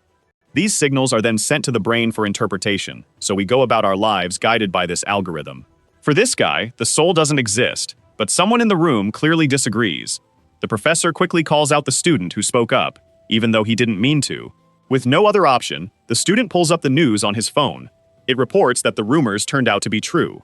The news anchor shares that a source recently confirmed unethical experiments aimed at proving the soul's existence were found in the East. Today, a regional rep validated those rumors. The man claims they've identified the soul in the human brain. He adds that they didn't do this just for research. Blair spots young Walter on the news. Later that night in the city, the two friends are at a bar, and Blair still can't believe the soul discovery. The young scientist felt embarrassed during the lecture, but for Walter, it probably wasn't too bad. For Blair, it was pretty rough. Still skeptical, the young professor questions whether what they found is really a soul or just something the lab decided to call that. Walter replies that, honestly, things don't make much sense. He didn't even know about it until recently. The scientist hands over the evidence to his friend, saying the company plans to do something with it. Blair is even more amazed that there's actual proof. This is the two-ball experiment. When a particle is shot into the vacuum, it will hit one of the two buttons. The buttons are activated randomly, causing one of the balls to be welded. The odds are always 50%. Then they started a prediction experiment with someone watching. Two groups were formed, and one person was told the ball would fall to the right. It shouldn't have changed anything, but the data showed that those who thought the ball would go the other way boosted the success chance to 52%, and the gap kept widening as more people joined in. People's beliefs were shaping the outcome. The first signal the brain sends when making a choice is called the soul, but it's more like free will. Blair recalls that 3 years ago, his friend brought a weird novel, and now this. This raises another question. What kind of company runs these tests? Even Walter isn't sure what his company plans to do with this info. Blair asks if his partner's wife is still the president of the East. The scientist replies that he and his wife have split up. He misses her a lot since she's away for work, and his friend nearly has a heart attack from the joke. Walter tells them to leave and covers the bill. Blair spots a family photo, and it clicks for him. He wonders if it's about Walter's daughter. This wild tale about souls and bizarre experiments is meant to make him think the soul is still around, but the scientist says it's actually the other way around. Walter once visited his late daughter and met a guy who hoped people were mistaken about death being the end. A life that doesn't end and an existence that lacks meaning. Death isn't the end of life, it's the start of growth. Anna's life, his daughter's, wasn't taken from her. What this research shows is that Anna finished her life on her own terms. Now he has to honor her passing. Switching topics, Blair asks where his friend's wife went. The reply is that she traveled far away. She went to the moon. Apparently, her business trip took her really far. The scale of the wealthy is on a different level, but if you look closely, you can see a crack on the moon. Blair seems to notice it for the first time. The mark on the moon is still there today. That's the last view his lifeless body can have. A woman was sent to see what happened, and it seems Blair's body is neither alive nor dead. Now the great and only God will decide the punishment or reward. She calls upon the presence of the all-seeing being. The moon becomes the eye that will judge the Lord of Sacred Blood. The great eye watches over Blair's soul. When he was younger, the doctor promised to spend his life saving people. Now he stands there with a broken vow and a weapon.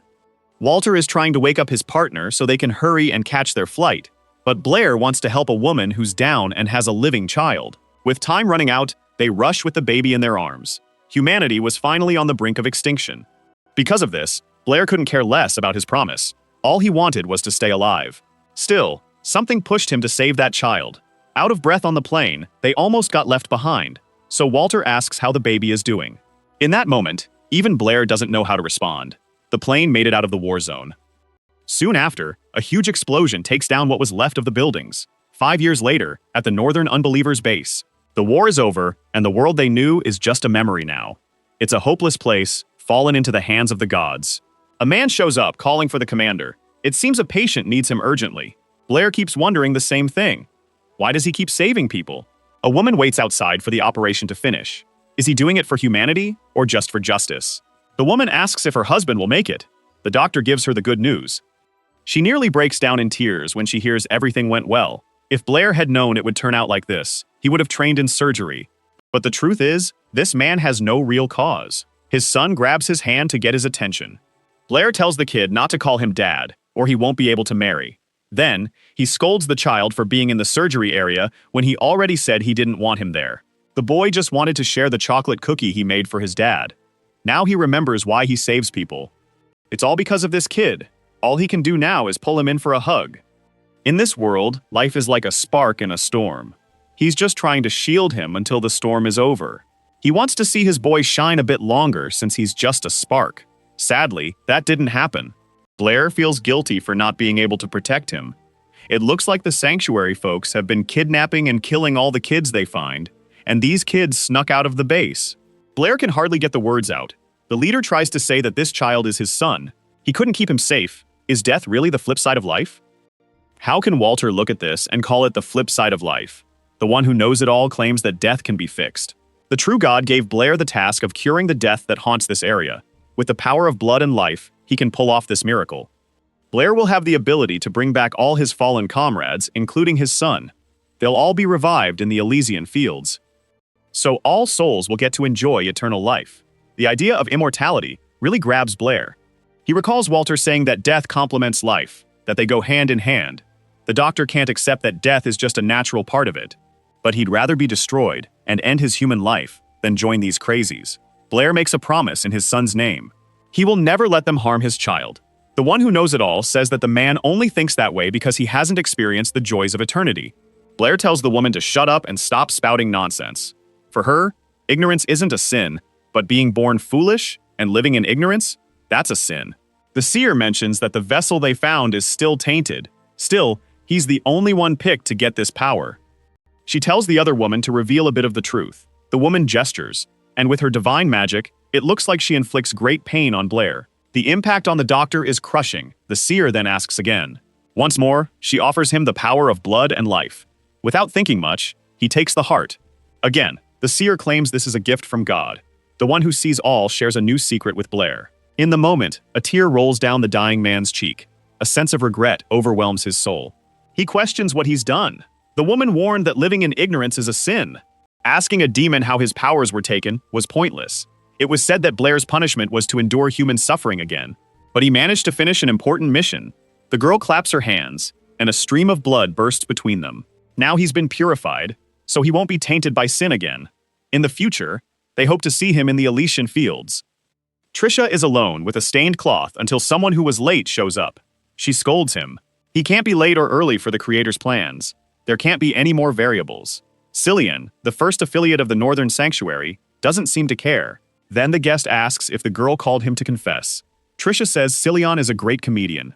She tells him to head to the northern base of the Unbelievers. It'll be a gift for him. Cillian doesn't seem comfortable with these ideas. He asks if something went wrong with the Almighty's plans. This was supposed to be the sanctuary of the new god, but it seems to have met the same fate as Barak. Trisha asks if he's doubting the god's plans, but Cillian insists that's not the case. He mentions that two beings have been taken down and wonders if the great god's goal is to defeat the other gods. Trisha won't accept any doubts. The girl snaps her fingers to activate her magic, claiming that doubt is a sin. A slicing attack nearly hits the being, splitting the building in half. Celine thinks that's a harsh response to a simple question. Is the great god planning to make up for the other god's defeat? At that moment, two figures show up to defend their lord. Trisha finds it another funny joke and decides to jot it down. It seems these two are still really close to their lord. The second one, Ren, and the third, Nadira. Trisha says the Omniscient's plans reflect the true god's will. That's all he needs to know, and now she's leaving. Cillian asks why he should head to the northern base. She says he'll only find out when he gets there, but it's something he's been looking for all along. To see God's answers come to life, he needs to be present. Trisha hopes he enjoys her gift. Nadara keeps taunting the girl for a fight, but Ren tells her she should have done that before she took off. Cillian finds the whole conversation odd, and his partner wasn't a fan of the other woman. Trisha is a servant of the On Mission and the Great Creator. The goddess mentioned that his teammates in the last attack destroyed the orbit, and they apologize for it. Ren says it felt like he was stabbing at something just out of reach. Cillian points out that more importantly, her attack felt like it had no real power, a force he couldn't stop. Someone who isn't a god or a demon. Who could Trisha be? But Nadara doesn't care about the true identity of that Luminic. What matters now is that they're about to open some gifts. Cillian remembers the servant said she gave him something he's been searching for a long time. At that moment, the god seems to grasp what she was referring to. The group arrives at the cave entrance. In response to Simon's question, this base was restored inside a mine. Plus, it's the most well-known spot among the unbelievers. This is the base for the northern region. Shu mentions he expected the facilities to be in good shape, but there's no one left here. Caddy feels like she's been here before. Hannah tells Simon to find a room for Dale to rest, and Caddy should check for a store with serum samples. She and Q are going to look for the control room to update the eastern base on what went down. That's the base of the unbelievers. In the captain's office at the base, a soldier reports that someone from the east is trying to reach them. Hannah warns the leader to brace for her news, but Walter says nothing can surprise him after the last report.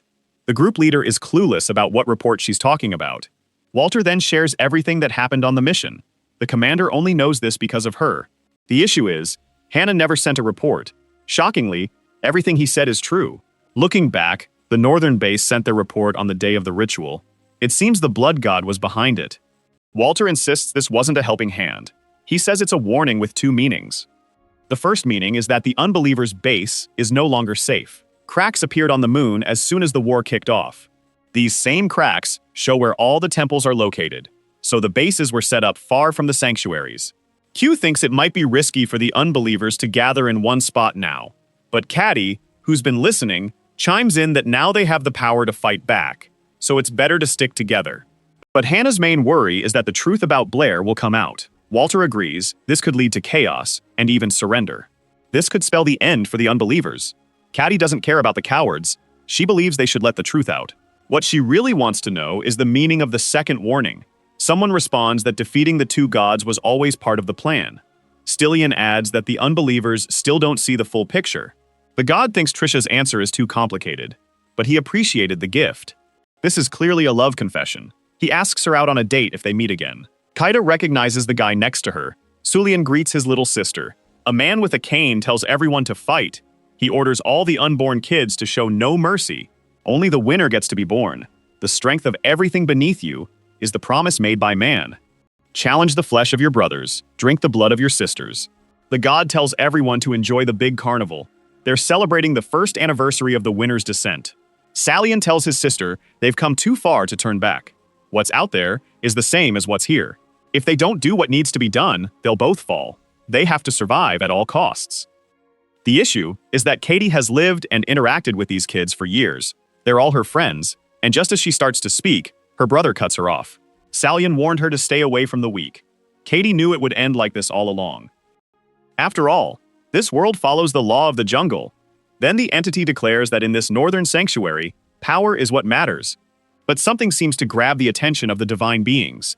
It looks like something really interesting is happening. These two are the winners. Happy birthday to both of them. Now they are born under the rule of the Northim Sanctuary. The god asks the Great Father to welcome the new kids and give them power and names. The great power of violence, Sven. Salian mentions it's been a while since he saw his little sister, but she's still with the weak. As Caddy activates the injection, she claims they're no longer siblings. Then, she'll call on Geezer, who can balance things out. Not long after, she summons Onik for extra strength. Together, they turn the pin's tip into a weapon. In a last-ditch effort, she hits him repeatedly while screaming in rage. But soon, she realizes the harsh truth. Her attack barely scratched him. Celine acknowledges that Caddy picked up some new tricks, but she's still not strong. The pressure to stand is intense. Caddy calls for Geezer once more. Even with all this pressure, Celine gets up, saying he now sees why their father is looking for her. He figured out that the powers are coming from the artifact, and worse, she's ruining her hair. Celine points out that her sister has come a long way from when she used to just run away. Katie's anger takes over. She's not running from fights anymore. Hannah tells her to move aside. As she gets ready to fire, the leader remembers the man's words about their weakness. All the energy is focused into this shot, but her arm gets chopped off. At the worst moment, Rain jumps into the fight without anyone noticing. Still, the swordsman says she's weak. It took her too long to charge. This is a really bad situation. In his right hand, he holds Dale's heart bomb sickle. Salian seems to catch on to something. He warns Rain that the void artifact is somewhere in the facility. Both women are puzzled about how he knows that. The swordsman has searched half the building and found nothing, while Nandera checks the rest. Walter is about to send a command to everyone in the room, but the transmission cuts off before he can. Nandera accidentally steps on something she doesn't even recognize. At that moment, her communicator goes off. She quickly learns about the artifact. While she's getting more info, she accidentally bumps into someone. Simon thinks she's a survivor from the base. Right away, Nadera confirms she found the target. Impressed, Celian tells her to grab it. He then tells his sister they're leaving together, and if she says no, he'll force her. Caddy dares him to try. Everyone realizes what she's up to. Q is the first to yell at Caddy not to go through with her plan. The girl calls on Shimolo. Hannah asks if she's done this before, and Q says it's her first time summoning a first-class demon. They say even Dale can't handle these creatures.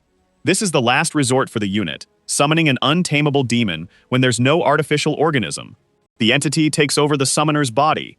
Kati tells the Infernal to kill Sulligan. Even her brother can't believe what he's seeing, because the summoner will die at the end. Kati sees there are 1024 low-level demons, 256 mid-level ones, and 108 high-level ones. But she panics about all the names she has to remember. Dale advises her to focus on the strongest demons for emergencies. Caddy asks if her partner wants her to handle her downfall better. She'd rather waste her life differently this time.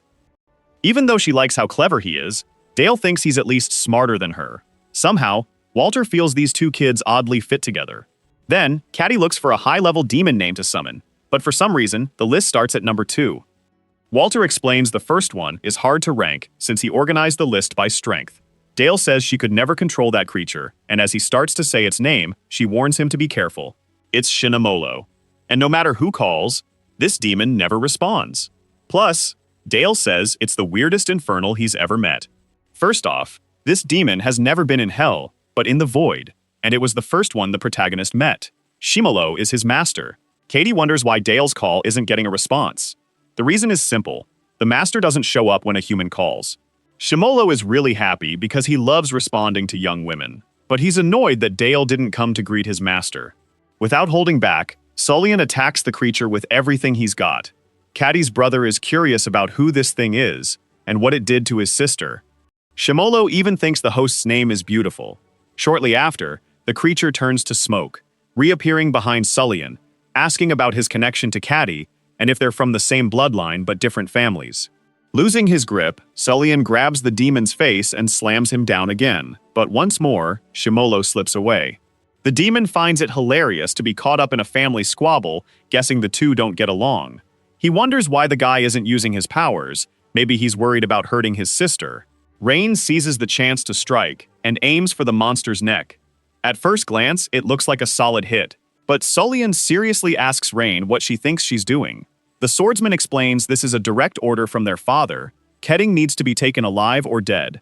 Apparently, Sullian wasn't even aware of this. In that moment, Shimolo's body starts to move. The demon gestures with his hands, and his neck reattaches. Soon after, Shimolo finds it amusing to have met another interesting person, while Rain is confused about how she's still standing. Quickly, Sullian steps in front of his partner, clapping his fists together to activate his powers, creating an energy field around him. Shimolo also claps his hands, getting ready to unleash his trick. Then he makes another gesture, sending hundreds of cuts flying at the fist barrier. Sullian's arms get hurt, but the demon sets up a magical signal, launching a wave of cuts from above. With that, the barrier shatters completely. Hannah asks how long Ketty has been possessed, and Q answers that it's been 5 minutes. For the group leader, that time doesn't make sense. The scientist says, based on his calculations, she should only last about 30 seconds. Neither of them knows how she's managing it. Kiv asks if the power of the first demon Dale mentioned is real. Kaidi can't figure out why the strongest demon seems weak. Dale is trying to come up with a way to explain it. His master is weak in his own way, but that doesn't really clear things up. Dale explains that his master is just an old demon with one really silly power.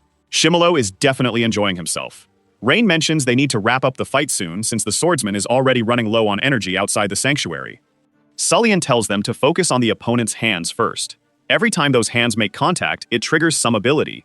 Not long after, Sullian charges in for the attack. Shimolo finds it amusing that the kid still has some energy left. But now the demon has to keep his promise to the lady. Sully traps the creature's hands and strikes, giving his partner a chance to cut off the demon's arms while it's blinded. The demon's limbs drop, and Rain celebrates the success of his attack. Shimolo points out that his opponent was trying to stop him from finishing his mantra. But the demon asks if Sully understands the meaning of these symbols. The boy is clueless about where this is going. Shimolo explains that everything has meaning, and every meaning we create comes with a name and a power. Dale mentions that his master's ability is something neither gods nor demons can use. His master is a void contract from another world, who hunted gods with an army of 72 demons. Q and Hannah have read about the contract's ability several times, but they can't quite grasp what it means. Shimolo calls forth the names of infernals that no longer exist. Dale feels nothing at all. He can't see, hear, or feel anything. All his senses are gone. Maybe this is what death feels like. It seems like the old man has won. Even Dale isn't sure what he was thinking when he pushed that stone into his heart. Maybe this is all just a fever dream. His memories are all jumbled. He has no idea how much time has gone by. It could be a year, 100 years, or even 1,000. Dale can't even figure out who he is. The main character wonders if he'll just fall apart into the endless void. Somehow, the boy remembers his family. Out of nowhere, Dale manages to grab onto something. A voice says it's glad the boy is here and has been waiting forever. The lifeless eyes seem pleased with what they see, even if it's just a boy. Shimolo agrees to the deal with Dale, and now he has to call them master. Sullian wakes up in a flower field. He has no clue how he got there. All he knows is that his head is pounding, and it looks like Rain is also in this weird dream. The swordsman tries to figure out if this place is real, while Sullian thinks they might be inside Caddy. In the end, this place doesn't feel good. But suddenly, Sully notices something's off. They both face something really strange. In front of them is a super weird creature.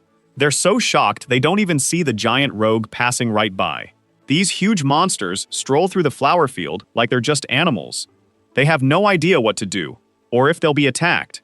But it looks like the monsters aren't paying them any mind. Suddenly, something inside Sullian starts moving. Something pushes out from under his skin, growing like a seed. Then it opens up like a flower with a tiny creature inside. Sullian's mind totally glitches. His instinct is to crush this odd thing. It seems this thing came from his power. Rain says her power is fading away. Sullian feels like someone has been watching them since they got here, and it's coming from behind. A rift opens in the air. Shimolo points at the staff and asks the boy what it is. Dale thinks hard before saying it's just a wooden stick, but the demon hits him for that answer. The boy's getting really annoyed. The creature just keeps hitting him instead of giving him a clue. Shimolo asks, "Isn't it a staff, a stick, or a pipe?" He asks again, "What's this staff?" Dale keeps searching for an answer, but comes up empty, and the demon says he got it right. The Kayon is what's on his mind. Dale replies that gods come from the meanings humans create, and he knows demons appear when things are forgotten. So everything should be free of meaning. That's the best way to handle a god. Demons can battle gods, but they can't wipe them out since they can't fully escape their past meanings. Those that can't be named and exist outside logic have broken free. These are the real foes of the gods, and if the protagonist learns to handle them, he can face anyone, practicing perception without sight. One day, Dale will need to tap into the power of the unnameable. Someone tells the visitors they're now in a different, dangerous realm. Trisha warns them not to look back from now on. She made an exit. They just need to walk backward and follow it. Salian asks why he can't turn around. Trisha tells him not to be curious. She tells them to block any thoughts and convince themselves that nothing's happening behind them. Again, she insists, there's absolutely nothing back there. The beings in this world, those who can't be named, have no meaning at all. Until one day, a soul was born and given a name. I'll call this a flower and assume a soul started creating meaning in this world. Every choice one makes shapes reality, especially the choice to create meaning. Then a god is born.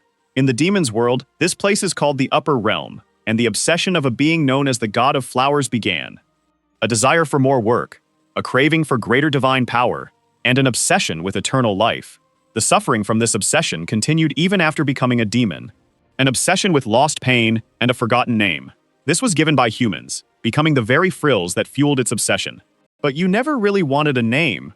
Being sent to the void was a way to save you from pain. Trishara isn't a name that fits her, at least not to the demon. It asks how she got back, or more like, why she came back. Trisha tells the demon she knows her own reasons well. In the end, she plans to take on Providence, while Shimolo is still completely lost.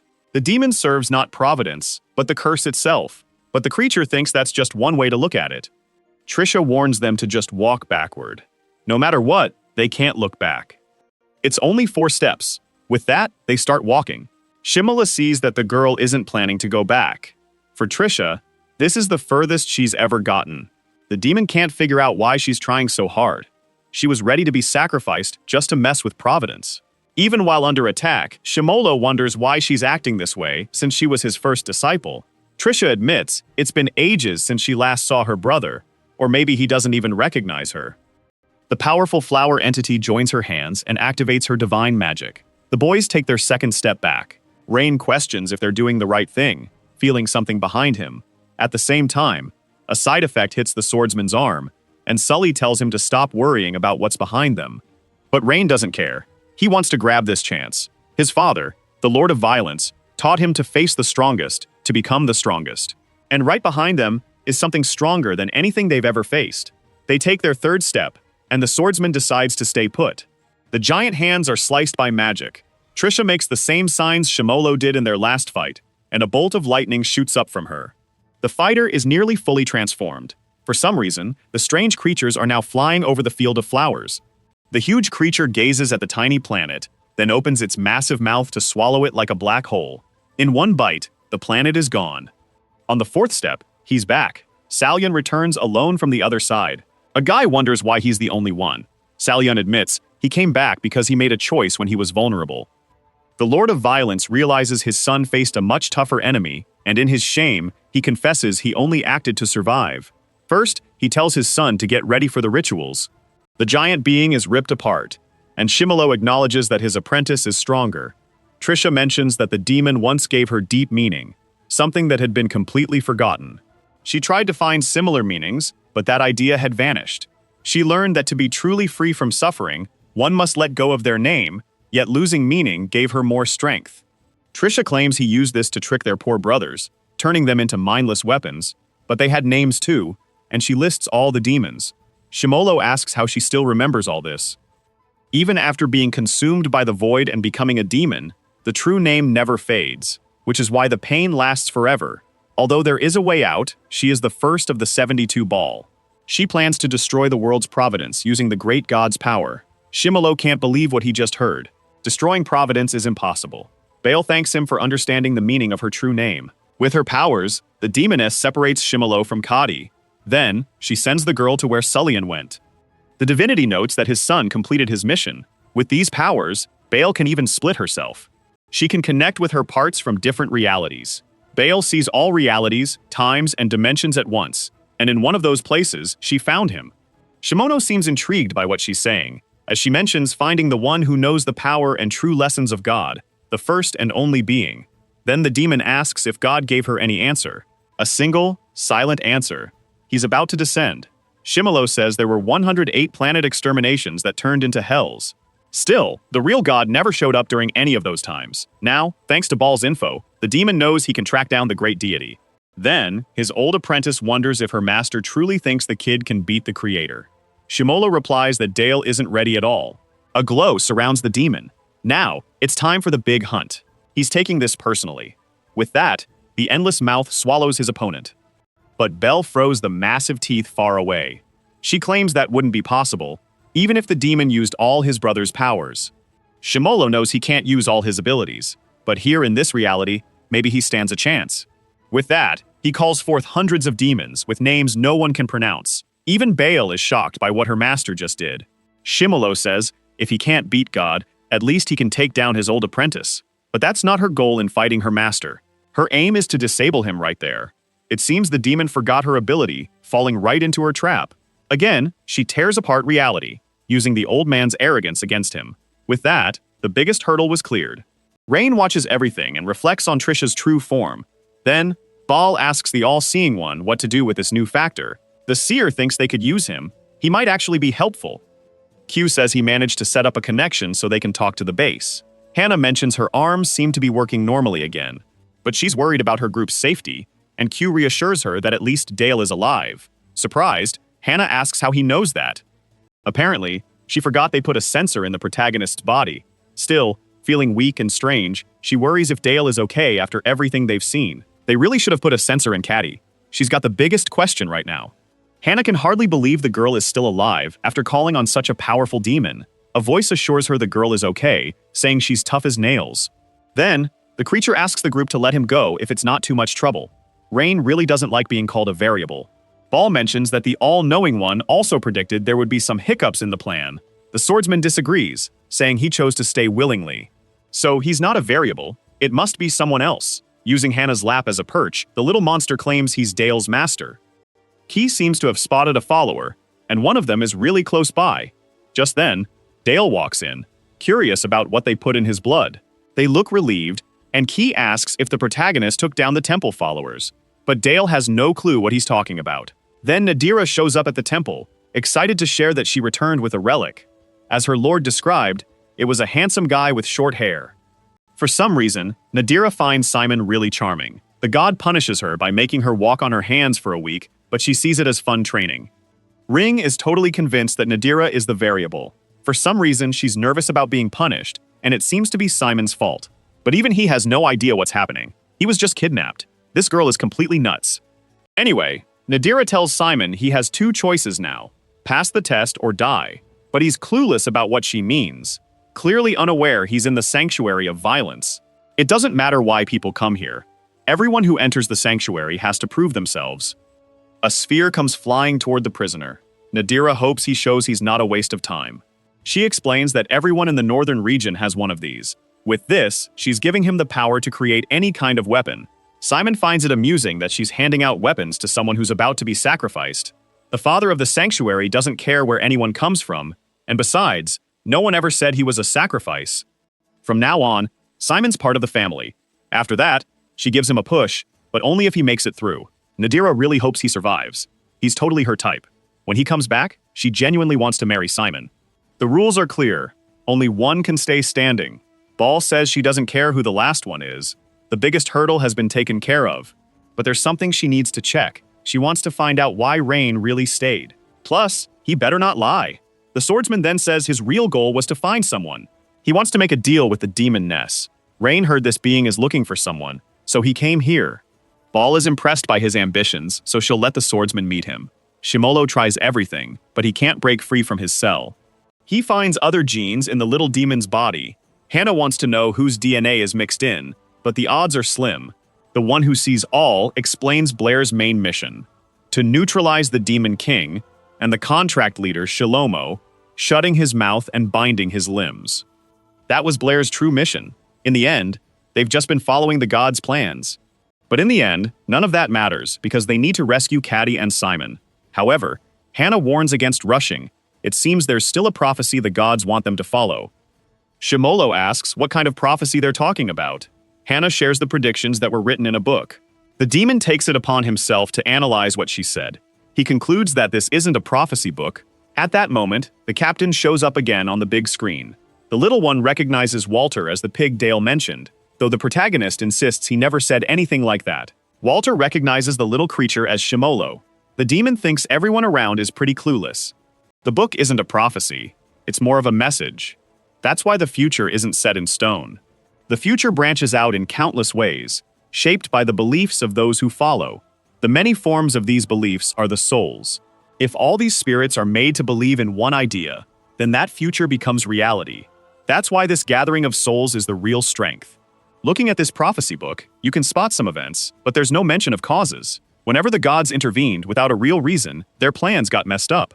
So these texts were likely meant to inspire followers. But the key point is, the gods can't interfere with human choices, so they can rescue the girl without worry. To clarify, Q asks if Kadi would have died if she had summoned a different demon.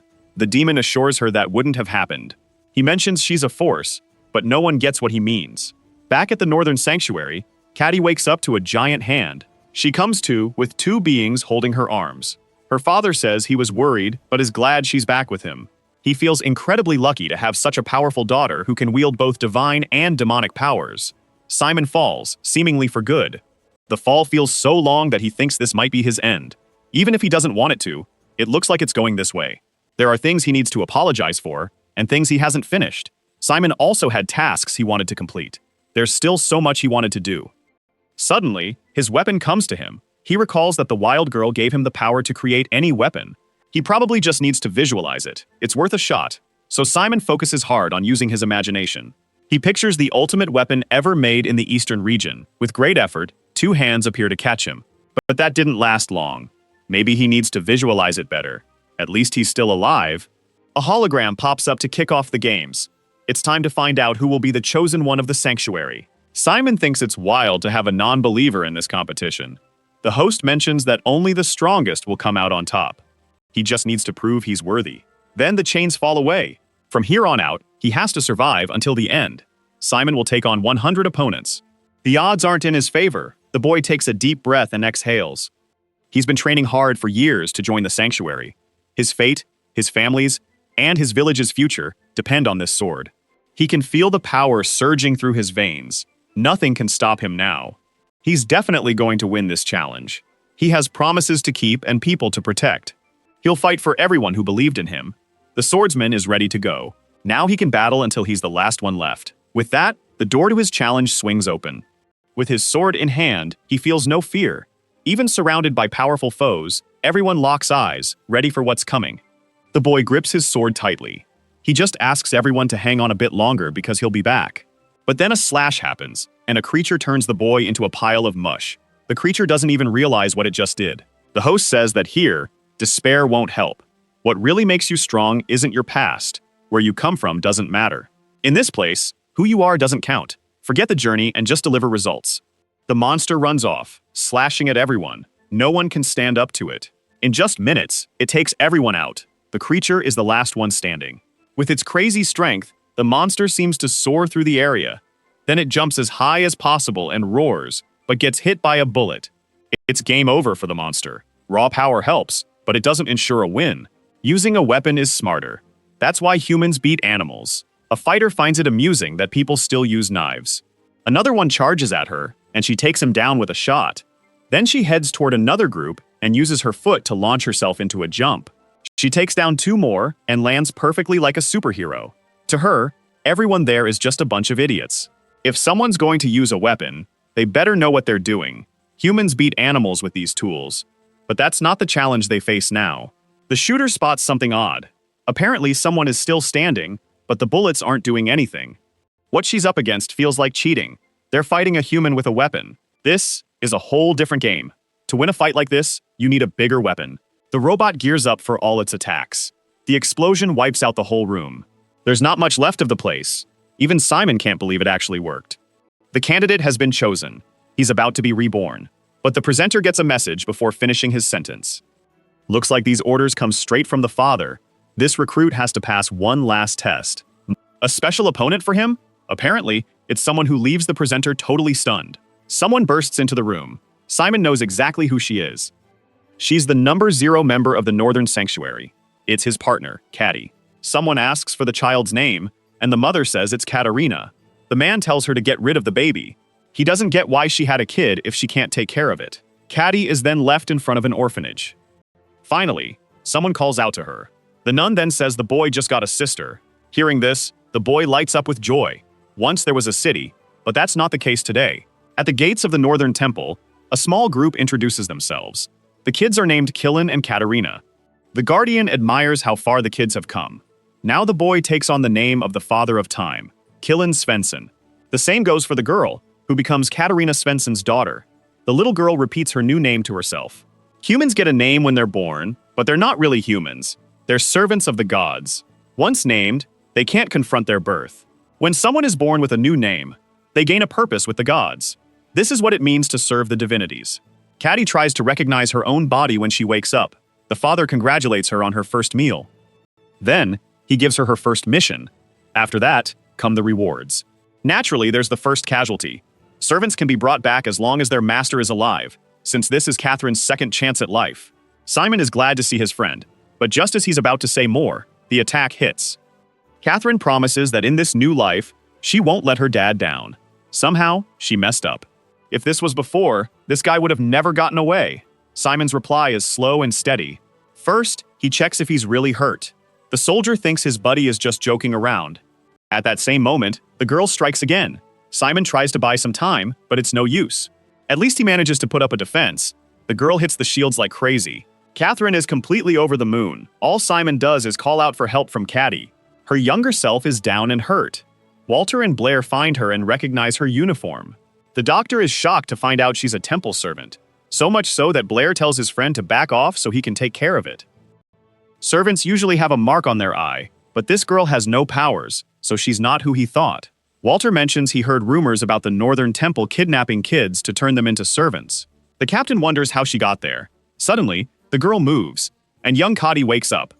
Slowly, her eyes start to open. Walter feels relieved that she's okay. Confused, the girl has no idea where she is. The captain tries to give her some medicine, but she reacts in fear. The ointment is meant to ease her pain. Then he asks if she's all right. At last, the commander introduces himself as the leader of the South's unbelievers and asks for her name. Walter recalls that when Cady first met him, she wanted to change her name. The demon mentions that names hold significance. Gods come with meaning, while servants have names. They can be rare, but sometimes the original spirit returns when one of them dies. Dalt remembers how upset his friend was when someone tried to take over her body. But this power has never been seen before, so it's not just a simple trick. It's said to be something that shouldn't need hiding. The power of the gods is beyond any way of tracking. Both are anxious about Kari. Shimoto is worried about the chance of her becoming a servant again.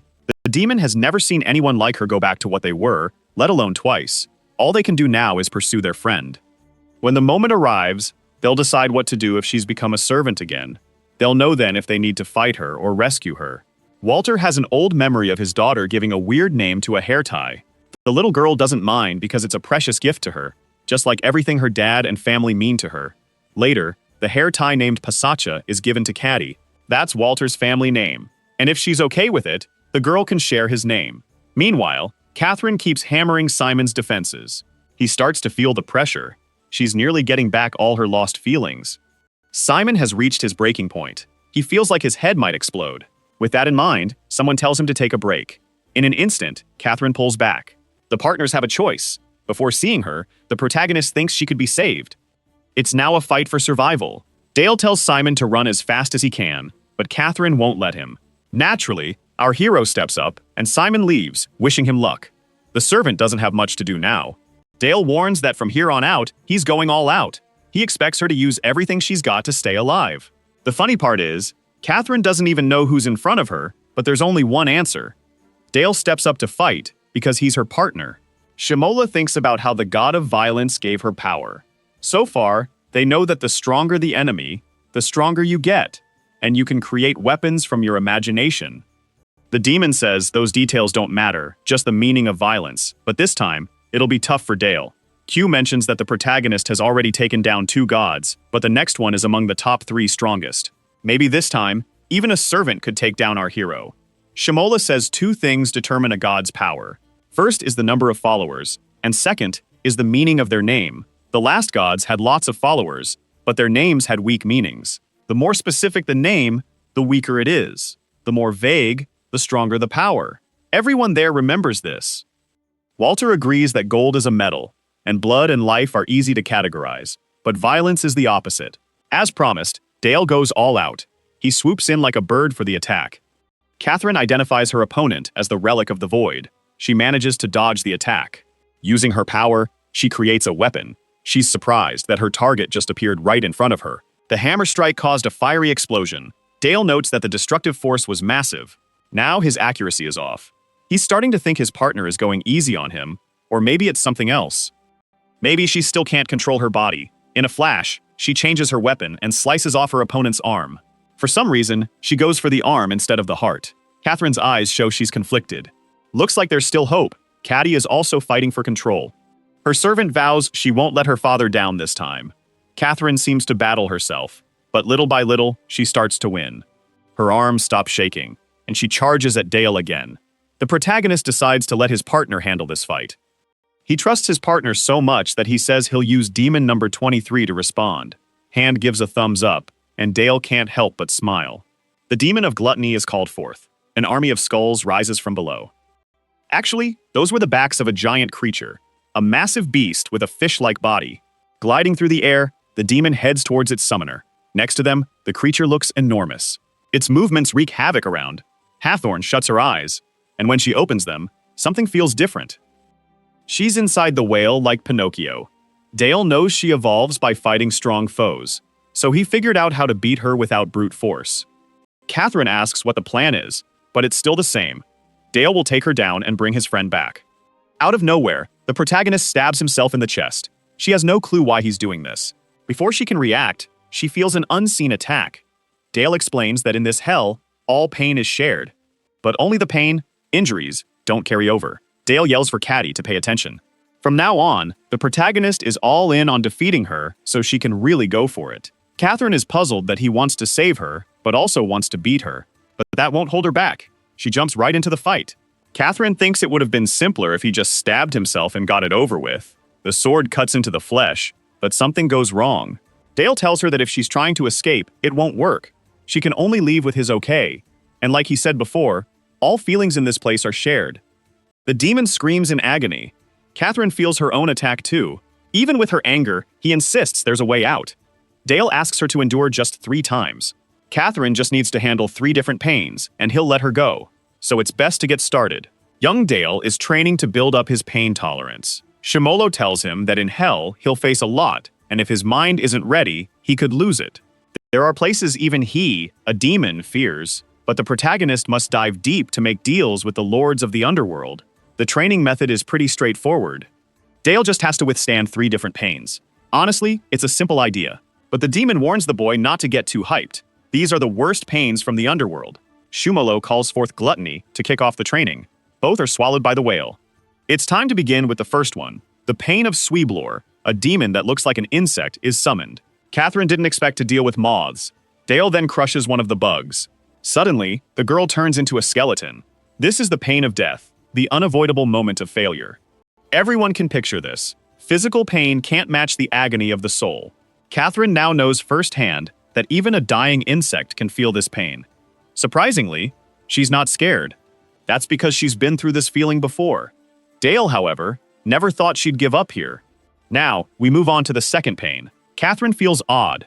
It's like she's transcended. No words can describe it. It's pure, endless pleasure. Ironically, this feeling can come at life's end, made possible by the sacrifice of countless insects. The catch is the emptiness that follows. It's filled with pain. The fallen suffer after pleasure in a way that's unimaginable. Catherine is hit hard by the corruption of pain, worse than anything she ever pictured. She was unprepared for this. When Caddy shows up and tells her to give up, Catherine's taken aback. Caddy warns that if she backs down now, she'll have to live with both sides of herself. But Catherine's side is really offended by that offer. Since she's so adamant, there's no other choice. She will be the one to cause the third pain. Shimolo mentions that only one more is left. Young Dale pleads for him to stop, and the demon asks if he's given up on avenging his family. Those words remind him of his mission, just how the demon likes it. The creature that swallowed them comes from the worst part of hell. The boy has no clue where Shimolo wants to take him. The next experience is from the same hell that the whale came from. Catherine asks what the third pain is. The answer is empathy. She'll have to hit Caddy to truly understand her. So she's about to feel the pain of despair. Catherine gets sent to a totally different place. She finds herself by the vast ocean. Her little brother shows up and says he's been searching for her everywhere. The little girl is holding a kitten named Mio. The kitten seems to be in pain. Her adult self can't tell if this is a memory or something else, since she feels everything. All those little, calming, warm feelings. Even the scent of the place, and the sound of waves crashing on the shore. Maybe she's starting to get what's going on. This isn't just a simple memory. It's way more than just realism. She feels hands holding her and the warmth of the cat's fur. It's a comforting excuse. Catherine can feel all of this. This is what it's like to be a human child. But where's the pain? The young girl is crying in grief. Catherine can only watch everything unfold. She can't grasp this feeling for the cat. Someone comforts her, saying everything born must eventually end.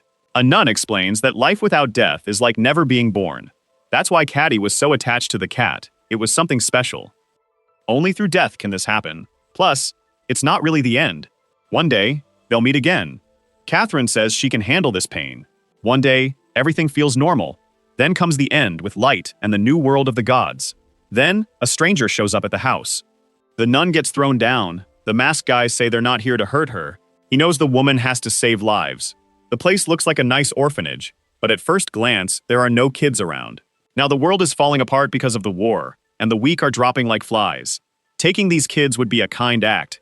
That's why the masked guy wants to find out where they are. The nun asks if their god will treat them right, just like the kids being dragged away. But the nun says it's too late. God has already taken everyone from that house. The people in that picture have died in the war. Then the woman explains how each child was taken from this life. In the end, the nun blames herself, saying it was her weakness. But right after, she gets punched. The masked man knows there are still 2 kids living there. He already knows everything, And as he says this, a noise comes from under the floor. Shaking, the two siblings try to stay hidden. Sadly, the masked man finds them. In a desperate move, the nun bites the man. The sister won't let him take them. Caddy falls into despair, while the nun begs the kids to stay hidden. In anger, the masked man ends her life. The shock of the scene is unavoidable. After that, the invaders still try to talk to the kids with fake smiles. Catherine wonders if these tears are from despair, but Caddy says they're not there yet. She's starting to feel scared. At that moment, something weird happens. The cabin gets destroyed, and it starts raining blood. The invaders are all wiped out. A man clears the way for his god. On that day, the kids were saved, but not out of kindness. It was by something way stronger.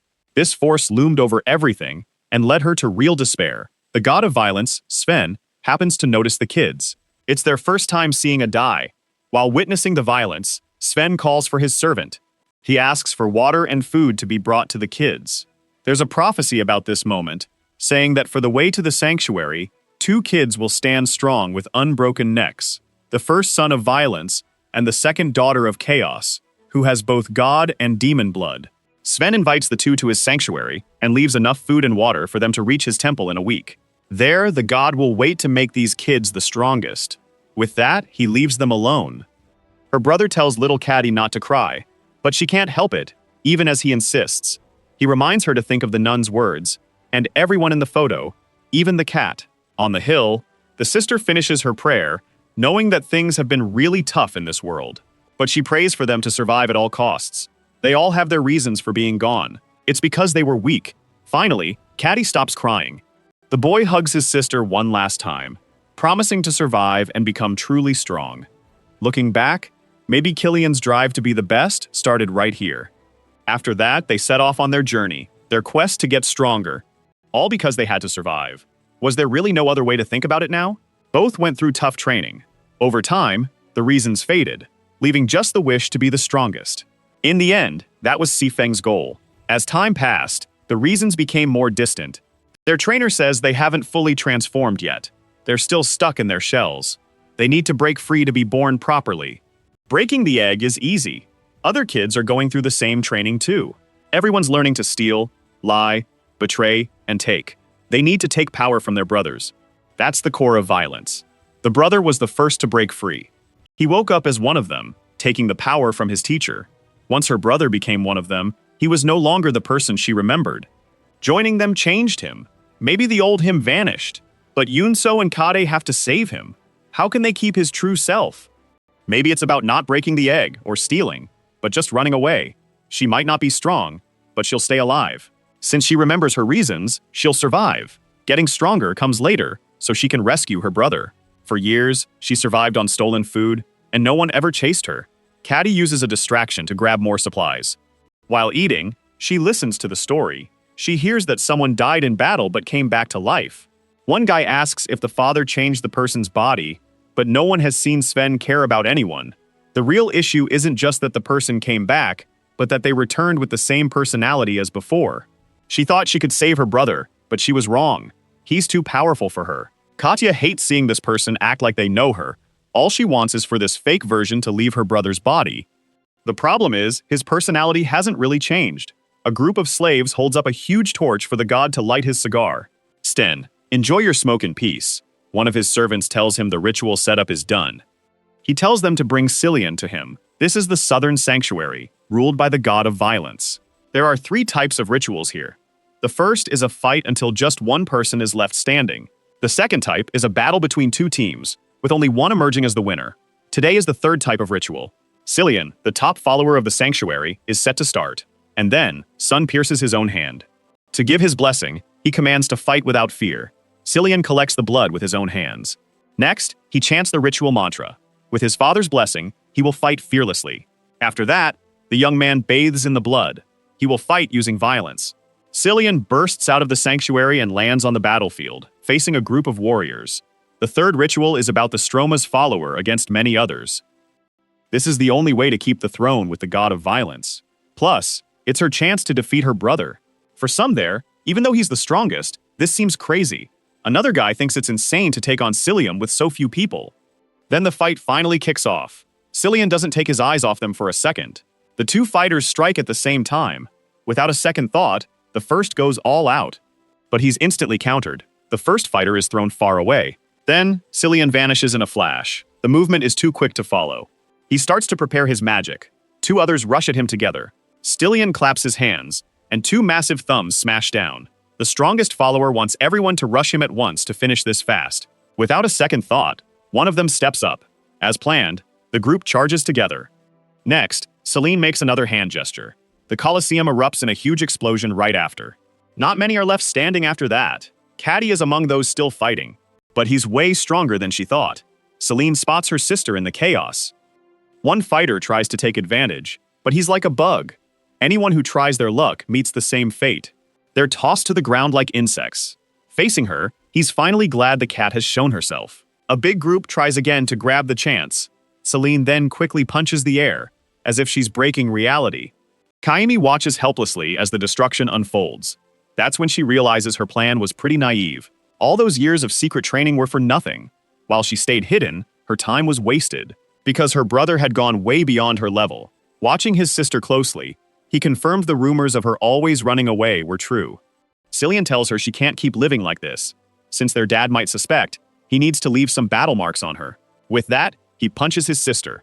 But she's weaker than he thought. Yet she doesn't see herself as weak. The girl survived.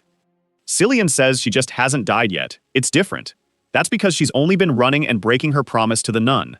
That's when Caddy starts to think her brother's personality hasn't really changed. Cillian mentions he made two promises, to survive and to look out for his sister.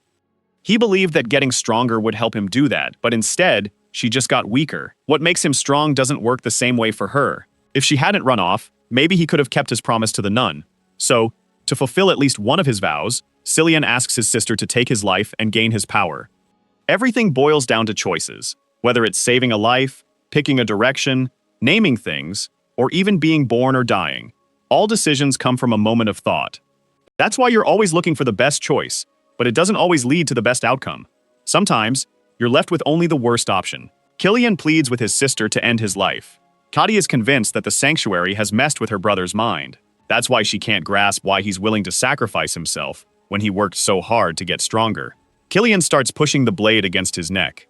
Kadi begs him not to go through with it, even promising she won't run away again. He tells her that one day she'll see this was the best choice she ever had. When they meet in Elysius, Cillian promises to explain everything. Then, he drives the blade into his own flesh. Katie collapses, utterly drained. She can still recall every detail perfectly. She remembers the despair from that day, and the look on her brother's face. Later on, she hears whispers about Cillian. To save him from Sven, she decides to stop running. Dale tries to comfort her in that moment. Caddy feels lost and doesn't know who she is. The protagonist's mission has failed, but she doesn't get what he means. She came back. Still, Caddy feels really confused. She still remembers the follower. Dale says it's because she isn't really Caddy. The girl feels even more lost. The little demon is curious about what the protagonist wants, playing around with the power of the 20th hell. Q mentions this was their plan, but Shimolo says that's not the whole story. The demon thinks the hero must have come up with a backup plan, since his mission didn't go as expected. Maybe Dale decided to save the follower instead of Caddy. The demon from the 13th hell could not only split perceptions. Pain and the powers from all the hells are linked to why those hells were destroyed when they were real. Agnes's world was engulfed in flames, and Molak's faced disaster. Gula's world fell apart because of empathy. Dale never thought that could happen. Gula's world was torn apart and thrown into war. People couldn't understand one another, so they couldn't respect each other. One day, God came down to that planet to settle all the disputes. The power he used was empathy. Basically, everyone was connected, sharing experiences and becoming one big individual.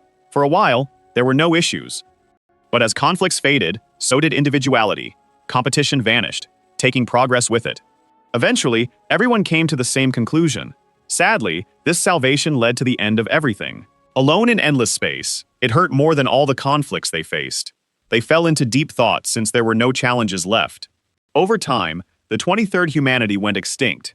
With that demon's power, Dale knew she'd enter Caddy's mind. He believed that if she had her memories, Catherine would become who she used to be. Because, like it or not, one reflects the other. Again, she doesn't get what he's saying. She insists she's the real one. But the protagonist argues that most of her is already gone. Walter can't believe Dale would make such a choice. The demon asks what choice he thinks the protagonist will make. Why do they believe the Void picked Dale? Walter gave the relic to the kid out of revenge and anger towards the gods. It's all about the emptiness and grief they left behind. Maybe this is all just a coincidence. Dale was picked because he can choose between the lesser and greater demon. In the first world, they had a different name for the Void's contract, the one that saves from the lesser evil. Dale made the best choice he could. Now it's her turn to decide. She can either serve Sven or exist in Caddy's mind. The choice is hers. Dale needs to meet someone who's been waiting for him. It's time for him to welcome his person. Shimolo reminds the boy to always remember what humanity really is. Wanting is about choosing what's best, and that's what the gods provide. But in exchange, they take away all your freedom. Dale has to save humanity by keeping that freedom intact. Sun finally meets the one who has the Void's contract. The god of violence asks if Dale truly thinks fighting the divine is the best path for humanity. Choosing between the lesser evil and the fake freedom is the toughest decision for humanity's evolution, but that's how they can save themselves. Dale says his master taught him there's no perfect choice, just different options. The god servant mentions that the relic bearer interrupted the ritual and beat Katharina, but Sven sees that as a good thing. The god calls for all the servants and gets ready for the final ritual. Because tonight, he'll grab the artifact himself and claim the great and only god. The servant starts his presentation. Drums beat in time with the words. Today, everyone will see a new world ruled by violence. On the night of the full moon, everyone will witness their father, the all-powerful force. The music grows more intense. Everyone heads to the Elysium.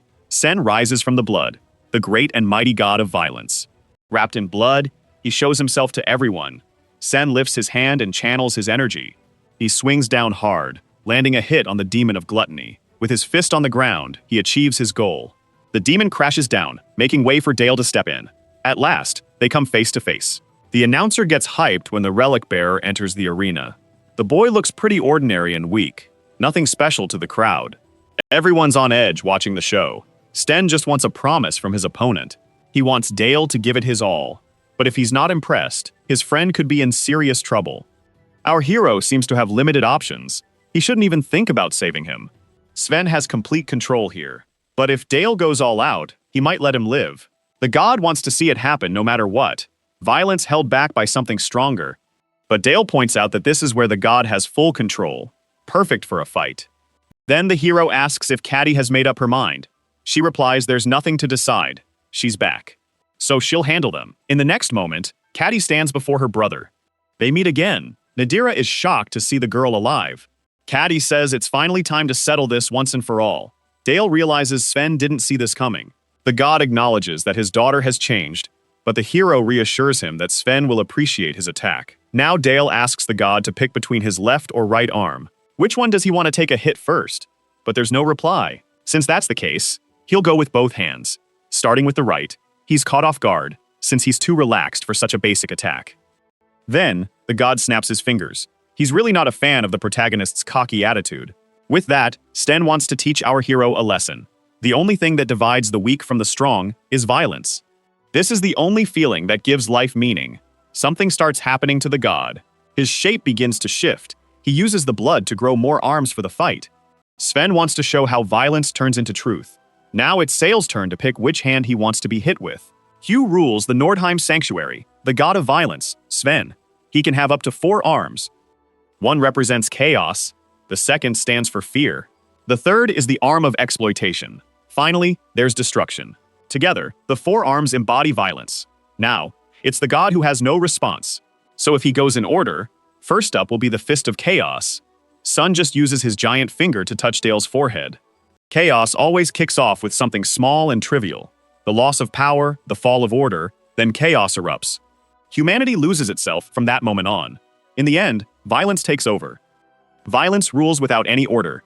This power devastates humanity. And then comes the second fist, oppression. Dale gets smashed by the punch. This is the force that breaks humanity, blocking their view.